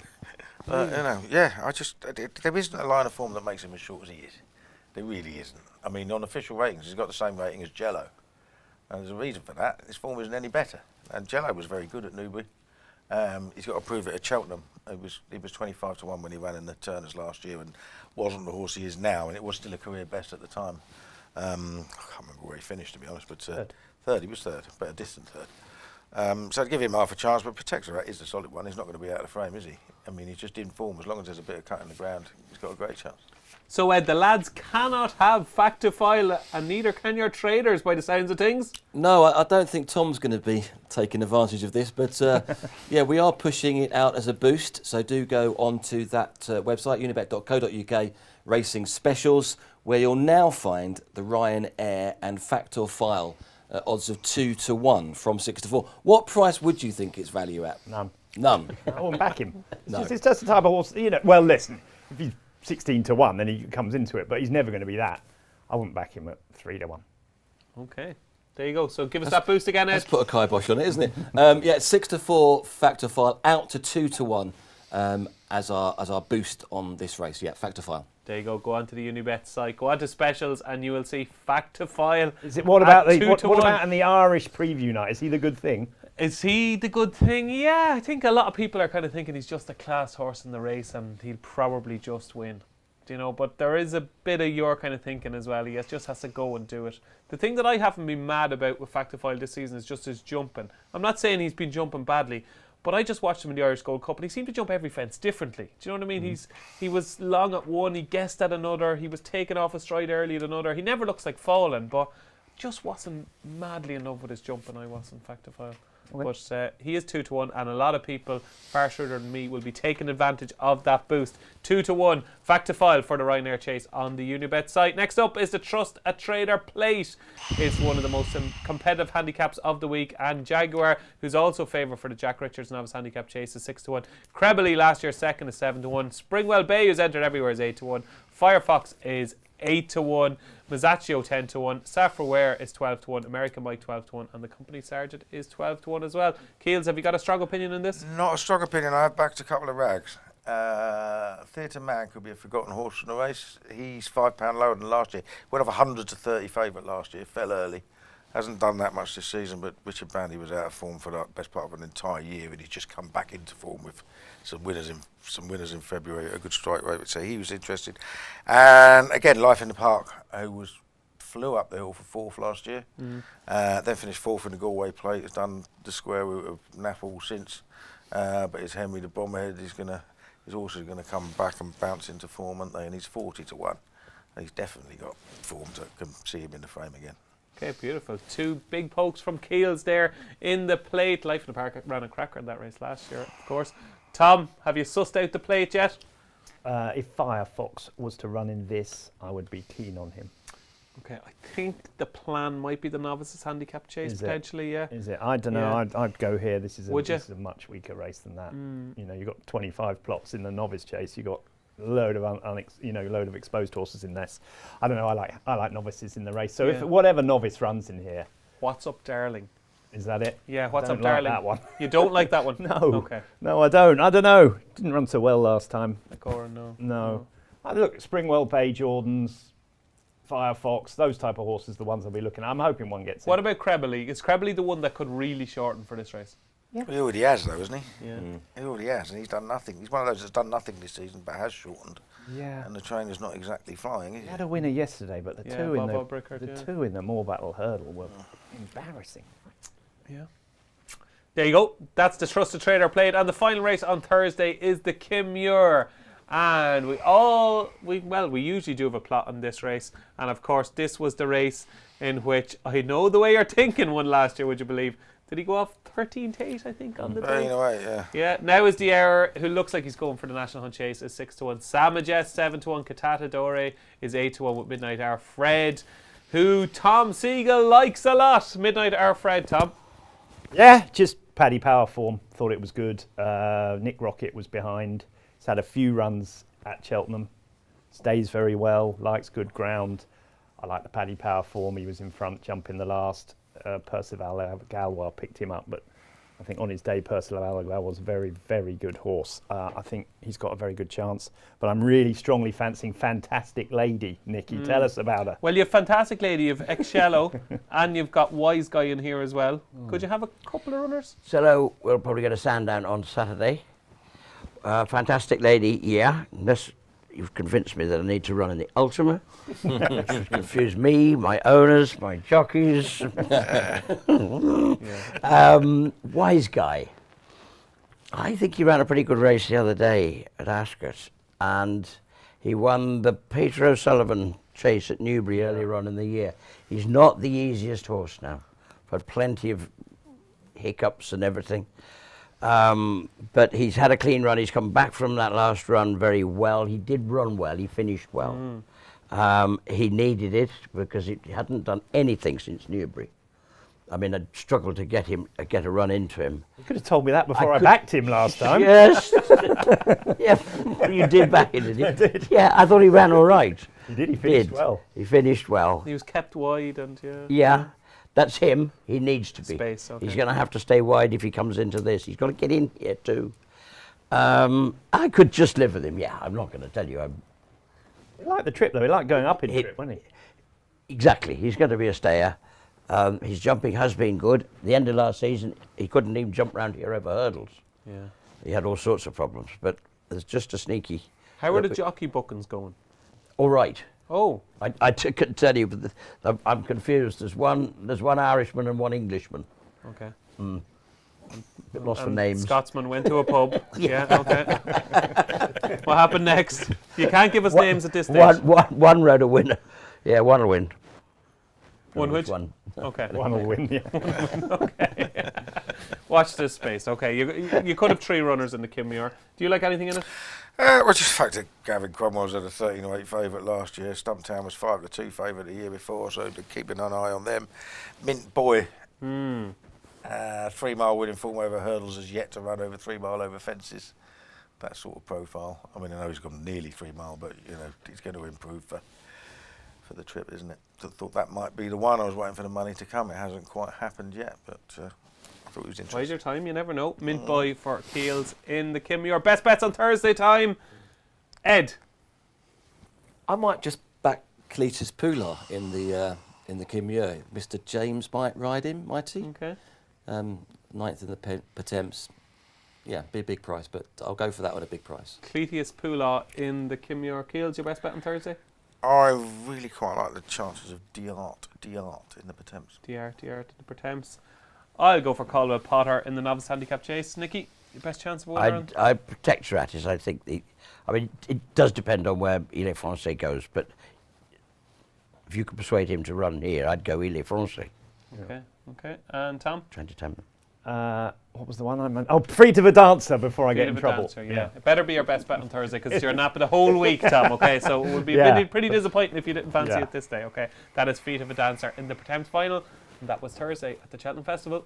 So, folks, we're nearly there. Stay with us. We're nearly there. Nearly there. Put the kettle on. We'll only be a couple of minutes, okay? Let's kick off Friday. It's Gold Cup Day with the JCB Triumph Hurdle. And this is going to be fascinating. It looks a 3-horse race according to Unibet's market. East India Dock is 2-1. With Lulamba also 2-1. Hello Neighbour is 9-2 and it's 10-1 bar. And Ed, you're going to kick off Friday with a nice little boost for us. Yeah, this one will be interesting. Lulamba out to 5-2. So you can now get 5-2. Go quick because we've got another boost coming up and it will disappear. So as ever, go to unibet.co.uk, racing specials, Lulamba 5-2 for as long as it takes. Nicky, I love him. I absolutely adore this horse. I loved what I saw in France from the last to the line. I loved what I saw at Ascot from the last to the line. Nico has told me earlier on the show he's definitely riding Lulamba. I think we're going to be talking about this horse for a long, long time. So I've just put the jinx on him. Sorry about that. Good luck. How good is he? He's just a very straightforward horse. You wouldn't find a nicer character, a more straightforward. And that's why we haven't run him again. He doesn't really appear to, nothing fusses him. It's all, that run at Ascot, his first run in England, only the second race course of his life. And he just went through it like it was just easy. Breeze, yeah. And yeah, he's not very, very flashy. He's not Segal flashy at home. You know, you'd say this time last year, Segal would, well, a fortnight ago last year, was just, I just said, was unbeatable. I wouldn't say that's necessarily the case about him, but he's just so uncomplicated. Nothing phases him. And he's a lovely horse. He'll be a chaser again. I could easily see him jumping fences next season, as these 4-year-olds now. This year it was going to be it's the a cool thing to do now. Yeah. He would. He is a chaser, but he's a big, strong horse. So you're using words like straightforward, uncomplicated. I was kind of hoping for like wow and amazing, but he's more exactly. At home, you don't have to. He just does it without. It's not electrifying. It's just solidly good. Okay, solidly good. Okay, So you've won the Triumph Hurdle how many times? Are you times? going again with questions? I am. This is a really good one. Yeah. This is a good one, though. Oh, right, this is a really good one. Okay, go on. This is miles better than your ones. How does he? Would he be as good? Would he be right up there with the top of your? That was my next question, actually. Yeah, you'd like to think so. I mean, some of them were very good. You could go back to Caterino and the like. Yeah, I think he'd be up there. Yes. Oh yeah.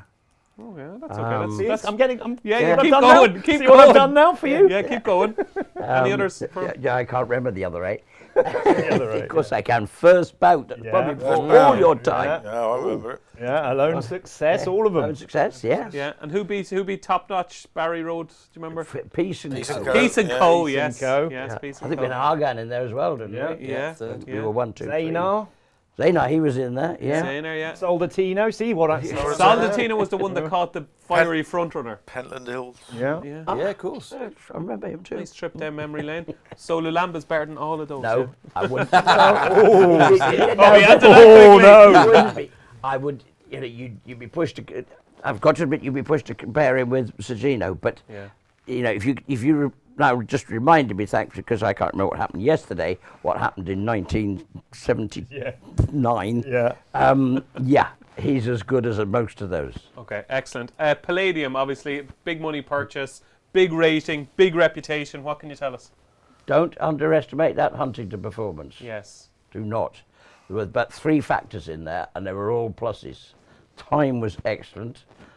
3 of the 4 have won since. He did nothing in the race. I mean, he travelled well, jumped well. I was pleased with him. Got lonely out in front. He doesn't do a lot in front. This is a very good horse. Okay. There's a lot happening, I think, but we'll see. We'll see what happens. Okay. I mean, he will be seen on the flat very shortly, I suspect. Who's likely to ride Palladium? I just don't know at the moment. We were trying to school this morning and we had a plan, but we're going to have to revamp that till Tuesday. We'll just see how that all goes. Okay. Tom, do you want to answer a few questions now, maybe? No, I think you should go to Keels first because he's very keen to get Nicky's horses beat. When we here. take each other on, I'm very keen on Lulamba, right? But in previous festivals when we've had this big clash where you really fancy one, I really fancy when you tend to come out on top. Remember Frodan a couple of years ago in the Ryanair? Yeah. I like Lulamba, but you really like East India. There's nothing to dislike about Lulamba, but the form itself isn't there, and they're the same price. I mean, East India Doc's form at the moment is better. Though he's had more goes at it, but he has won 2 Grade 2 hurdles at Cheltenham by 10 lengths and 18 lengths, and he wasn't even favourite after that. He probably just about ears or joints now, but there's a lot to like about him. I mean, he hurdles like a hurdler, not like an ex-flat horse. I mean, he's pretty slick, and even when he meets one wrong, he gets over to the other side quickly. And I like that about it. I like the fact that he gallops, he's dead straightforward, and at the moment, when I'm racing post ratings, he's £11 clear, so he's got the form in the book. Because if you ask me, say who's going to be the best national hunt horse over the next 3 or 4 years, and I'd say Lulamba, but whether he's going to be the best 2-mile hurdler next week is another matter altogether, and I'd fancy East India Doc. Does East India Doc scare you? Yeah, I mean, I've got to agree with everything you say. It's totally true. We've just had 1 run. The form, Gary's horse didn't exactly Mondo man. Yeah. He didn't frank it much at Kempton. Mind you, the winner did, but yeah, we're very unexposed to a horse that is East India Doc has done. He's going to take a lot of pegging back, I would say. Tom, you have the casting vote on the JCB Triumph Hurdle. Well, it's 2 weeks ago, I was against East India Doc. The more I watch him, the more I like him. It's ridiculous. It was just one of those horses that sort of you think, oh, he's an 80 rated flat horse or whatever he is. He's not brilliant. He's been beaten lots of times. He won't be the one. But the more you watch him, the more you like him. Every time I turn on the video and watch his races at Cheltenham, I sort of think, blimey, that's not what I remember of seeing him. Do you know what I mean? He's really good. Yeah. Do you know what I mean? And so I'm sort of coming round into his camp now because he's just going to do everything right, which you can't guarantee of anything else in the race. I mean, I think Lulamba probably will, but he's only had 1 run. And this is a different kettle of fish against a horse that we know is going to acts at the track. We know he stays. We know he's got a very good jumper. So of the 2 at the moment at the prices, I would slightly prefer East India Doc. I think like Keel says and Nicky says, in the future, Lulamba will definitely be the better horse. It's just whether it is next Friday. I think Hello Neighbour's similar to Lulamba in that he hasn't quite done it yet, but he is an unbeaten horse. He's won 4 out of 4. He was a much higher rated flat horse than East India Dock, although he didn't have the chance to. My own thought with him is I thought he was reaching for the line at Leopardstone That's both times, possible. and it's 2 mile 1 at That's Cheltenham. possible, although it is Gavin Cromwell. And Gavin Cromwell, since the start of the season, has been talking this horse up as being a really, really good horse. So whether he's just going to be peaking for the day rather than being short of stamina. On pedigree, he's by Harzand, and he won over at mile 6 on the flat. I don't think the trip should be any issue for him. But on running style, I agree with you. So you're just about siding with Hello Neighbour? Listen, the more I watch the races, the more I think East India Dock. But I mean, if there's a horse that's going to be running and winning Arkles and winning proper races, it's Lulamba without a shadow of a doubt. Well, hopefully he wins the Triumph Hurdle as well, Nicky, That'll be good. that is the JCB Triumph Hurdle. It's a good one this year. The County Hurdle is next up, and at the moment with Unibet, Kopek to me, who's favourite for everything, is 5-1. Absurd is 6-1. McLaury is 6-1. Lark in the Morning is 6-1. And Cargisi 8-1. Longworth Valgran 10-1 bar. And Paul Kealy. You've been talking about this horse for quite some time. Tell our viewers. Well, it's one of those. If Absurd was in another stable, he'd probably been a campaign as a champion hurdle horse and would probably be up to about 160 now, because he's a very good flat horse. He won an Ebor on Bonard ground at York. He's running 2 Melbourne Cups. He got beaten less than 2 lengths in November this time. And he looked like he'd only just joined in when he went to the last in the county hurdle last year. And obviously he's won it pretty easily. The runner-up's £21 higher over fences since. Right, he's up £8, but he's running over 146. And a horse of his flat ability should be 160 if they can transfer the full ability. And he didn't look like he did a bad job last year. I just think they got him so well handicapped that he could do it again. I know no horse has ever won 2 county hurdles and 26 runners or whatever. It's virtually impossible. But he's a better horse on quicker ground. I mean, and if it's good ground, he's got so much speed and so much class. I mean, how many of those would run in the Melbourne Cup? You know what I mean? And I could just see him doing it again. Really can. I don't even know whether he's going to run, because obviously the same connections have got Ethical Diamond. He's a chance, isn't he? Ethical Diamond. Yeah, but I mean, he'd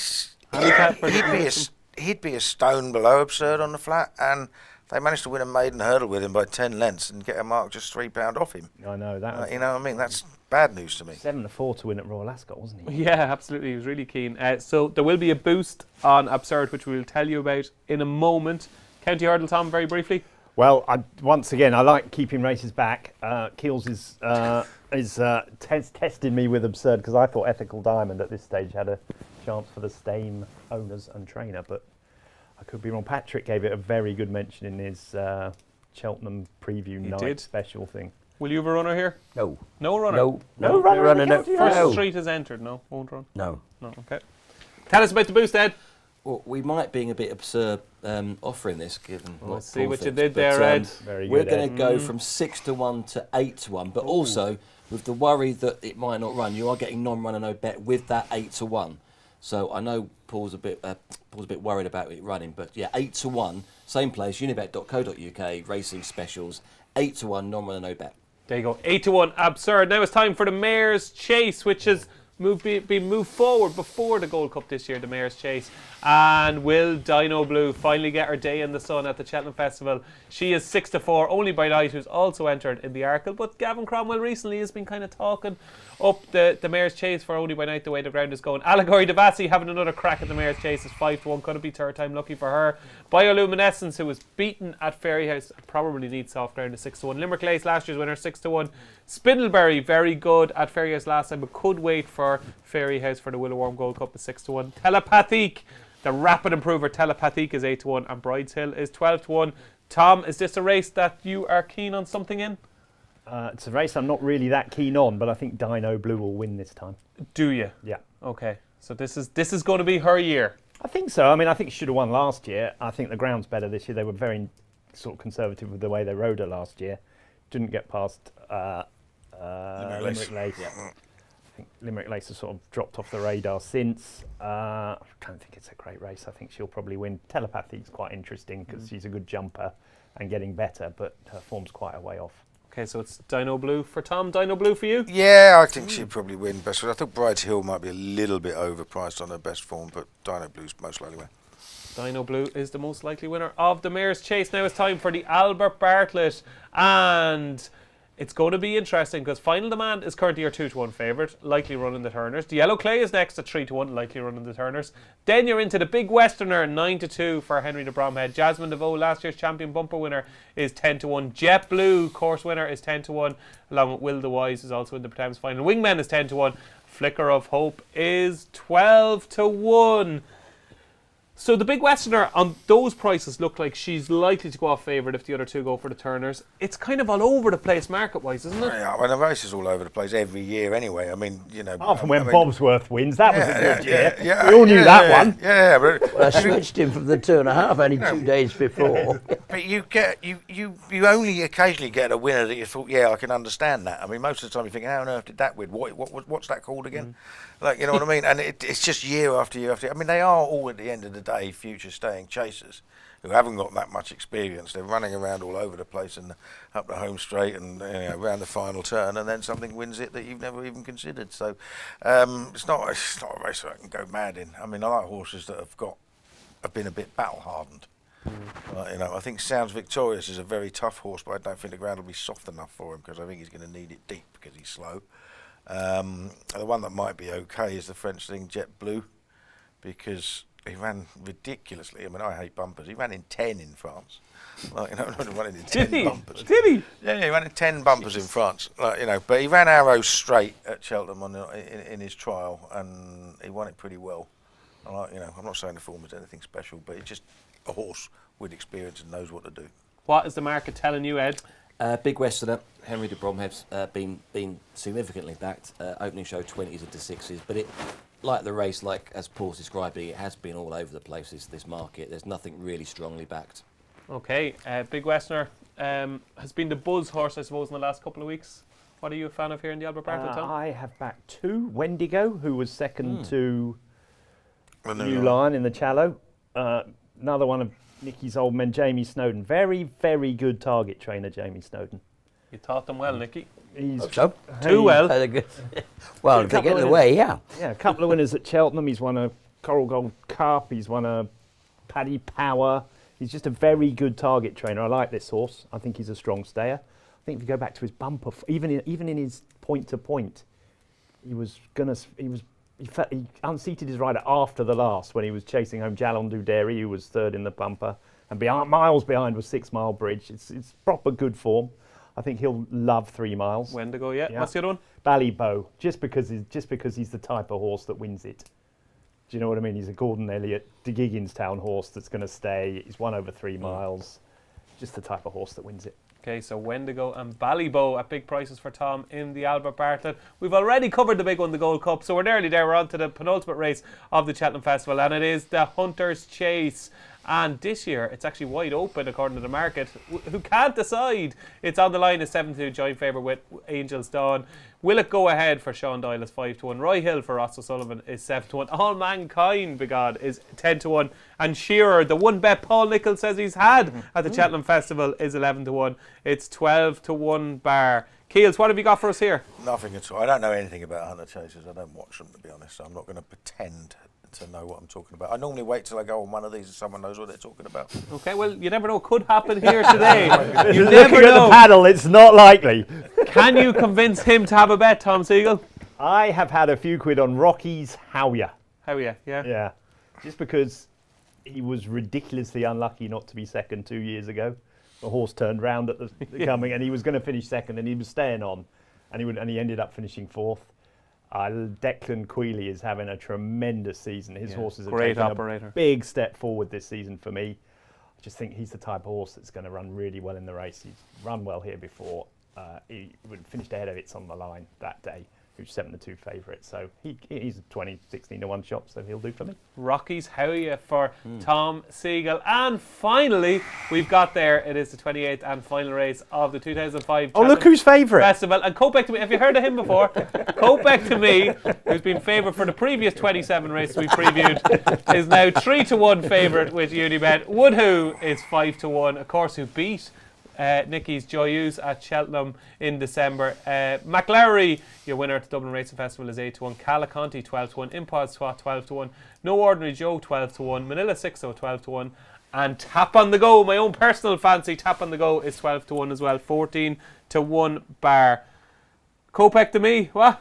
Well, who knows? Is this where he goes? It's massive guesswork, isn't it? I mean, he's one of those. He's rated 136 based on his French form. Could be 156. It's guesswork. I mean, a lot of the French ratings when they come over here, they actually look inflated rather than the other way round, don't they? In the end, so we've no idea. He may be a good thing. He might not come here. He might not. But the one I fancy, and quite strongly actually, is East India Express. I know get in. I think he will. Do you? I think he might. I hope he does. I think he might. Yeah. It's certainly been the plan, hasn't it? Yeah. Well. You answered that too quickly. You answered that way too quickly. We got that one out. You're going to pay for that. That would be obviously Freddie Gordon's ridden him twice already. By mistake, I'd say. Yeah, I think. Tell us more, Nicky. Well, it was quite funny because you went to run at Ascot one day in a boys' race, and Jerry McGrath said to me, "You know, you really ought to enter him for Kempton next weekend." I said, "Why?" He said, "When he wins this afternoon, you can run in that next Saturday without a penalty." Good man, I Jerry. said, "Don't be stupid, he won't win this afternoon." He said, well, yeah, he might. Well, anything might. And about 1 minute to 12, I stuck him in the Kempton race just because Jerry said so. Well, you guess what happens? It wins nicely at Ascot, and back we come next Saturday without the penalties. Same lad on board claiming, Freddie Gordon, who's with us. So it all fitted in, really, to try and have a crack at this. I think he's too far down, but I hope you're right. While you're talking, He's a brilliant jumper, isn't he? Brilliant jumper, electric. Nico doesn't like him, actually, but because he buried him at Punchestown, and he said he would do that before they started. But that's by the by. No Ordinary Joe. He's been here more often than Mr. Coffey. Yeah. And he's been doing this forever. I think he's running this race 3 years, hasn't he? He keeps getting well paced. every time. He ran well. He ran well the other day. He takes quite a few races to get fit. It'd be a bit like training me. And Impostoire, I think, goes in. We go Coral. Okay, so No Ordinary Joe, and hopefully, because he Yeah, answered I'd it love so to, quickly, I'd love him to get in. East India Express. What 122 got in it last year, and he's 129. I mean, this is the thing. All his horses have got so many entries in other races. So, I think he might. I'm already preparing him for a race at Kempton on the Saturday, but that's good news. Oh, there you go. Watch this space. East India Express. What price, Keels? 14, I backed him at. Yeah. Okay, excellent. Tom? I like Woodhoo if she runs here. I just think the form when she beat Joyeuse and Take No Chances is rich. She's unbeaten. And they were thinking about doing a Joyeuse and potentially supplementing her for the Mayor's Hurdle, but I think the vibes now are that she'd probably go here. Well, I'd fancy her if they've supplemented her for the Mayor's Hurdle. Put it like that. I think she's a really, really good mare. I thought she was, because it was her first run of the season at Cheltenham that day, and she was really impressive from after the last to the line. And she's just unbeaten. She could be top class. She could be top class, and she even made the hair stand on the top of your head, would you believe? So you must really fancy her. Yeah, you got it. Ed, Martin Pipe, send us home with a winner. Well, I mean, Kopek de May's entered for everything. That's because he's obviously well handicapped, isn't he? Somewhere along the lines, I think 68 kilos was his French, and they've just doubled that, which is what the BHA system is with French. So he's had the 5 runs, again, which is why he hasn't run. I think he goes here. That's what. Is that where most support with Unibet has come for this race? Yeah. Yeah, he's. I mean, he's certainly been backed a few races, but 16 into 6 in here.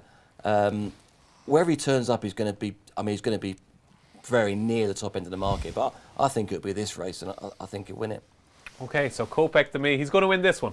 This is the one he's going to win, is it? That is your favourite for the Martin Pipe with Unibet, and we have got there. Just 2 things left to do now, folks. Best bet on Friday. Tom Segal. Woodhoo in the last. Woodhoo, yeah. Very good. Nicky, your best chance on Friday? Keels give it away, potentially? No. What should we do? Lulamba. That's brave. No, it's brave. It's brave. Go on. Go on, I'll take Lulamba as well. Keels? Yeah, I'm going to go absurd in the county, and if he wins, I shall be in a restaurant in Kempton, hopefully not backing East India Express for the consolation race. And Ed, your best bet on Friday. Well, it's a big year for Oasis this year, and it was a Friday, and in Hunter's Wonderwall, maybe, just maybe, he'll be the one to save me. And I'm going to back Wonderwall in the Very Hunter's. good. See what he did there? Oh, Very good. that was very impressive, I'd have to say. You haven't been practicing 3 that songs one. in a sentence. I've written it down. Yeah. I can't have you tipping horses for the sake of a joke. Hopefully he won't be looking back in anger after he gets beaten. So, best bets for the 2025 Cheltenham Festival. Naps of the week, ladies and gentlemen. Tom Segal. Well, it's the boosted one. Listen, when you're doing these things, you want to go for something at a decent price. So I think the 16-1 Feet of a Dancer would do for me. Excellent. Feet of a Dancer in the Thames final, 16-1 boosted for Tom Segal. Nicky Henderson. Well, I can hardly go against some of the same race, can I? Oh, you can. Nicky, you can do whatever you like. This is the man that knows everything, Oh, everything. and we're just guessing. Absolutely. Oh, we're still guessing. I'm still guessing to think of one that's going to win. I don't know. What'll win? I think Galopin's the horse we've got to. He's the best horse. The on the terms best and place. conditions of this nap is that it has to be a Nicky Henderson horse. Ah, Yes. what? Could I not still go coffee each way? Well, you can, but you're Go on, we'll have to giving, win a race. you're giving up the win part of the bet there. What so- about Doddy takes on Tom's horse? Okay. Doddy the Great. There we Doddy go. the Great in the Thames final at a nice juicy price. I'll take Caldwell Potter in the novices handicap chase, the second race on Thursday. I think he's well handicapped off 146. Paul Kealy. Absurd. Absurd in the county hurdle, and Ed Nicholson. Well, I'm taking on two great men here, but I'm going to go for Shanna Bob Oh, jeez. in the Oh, Thames. blimey. And I'm getting laughed at by Nicky. That's you're not not. what, that's not I wasn't Her hoping for. Thames final, Yeah, I was going to lad. say we have 28 races and 3 naps are in the Thames final. I wasn't Can I going for change? absurd, it'd be in that race. What would yours be? The art. The art. So we almost have all the naps in the Thames final. So you're going with Shanna Bob. Yes. Okay, so there we go. Each So way. Each way. So it's Feet of a Dancer in the Thames final for Tom. It's Doddy the Great in the Thames final for Nicky. I'm with Caldwell Potter in the novice handicap chase. Keels is with Absurd in the county hurdle. And Ed is with Shanna Bob each way in the Thames final. And that is it, folks. That is it for our 2025 Cheltenham preview. We're here at the Race and Post, kindly sponsored by Unibet. My thanks to Ed from our sponsors Unibet, to Paul Kealy, to Nicky Henderson, our special guest. The very best of luck with all your runners at the Cheltenham Festival. To Mr. Pricewise, Tom Segal. I've been David Jennings, and thanks for watching our special Cheltenham Festival preview.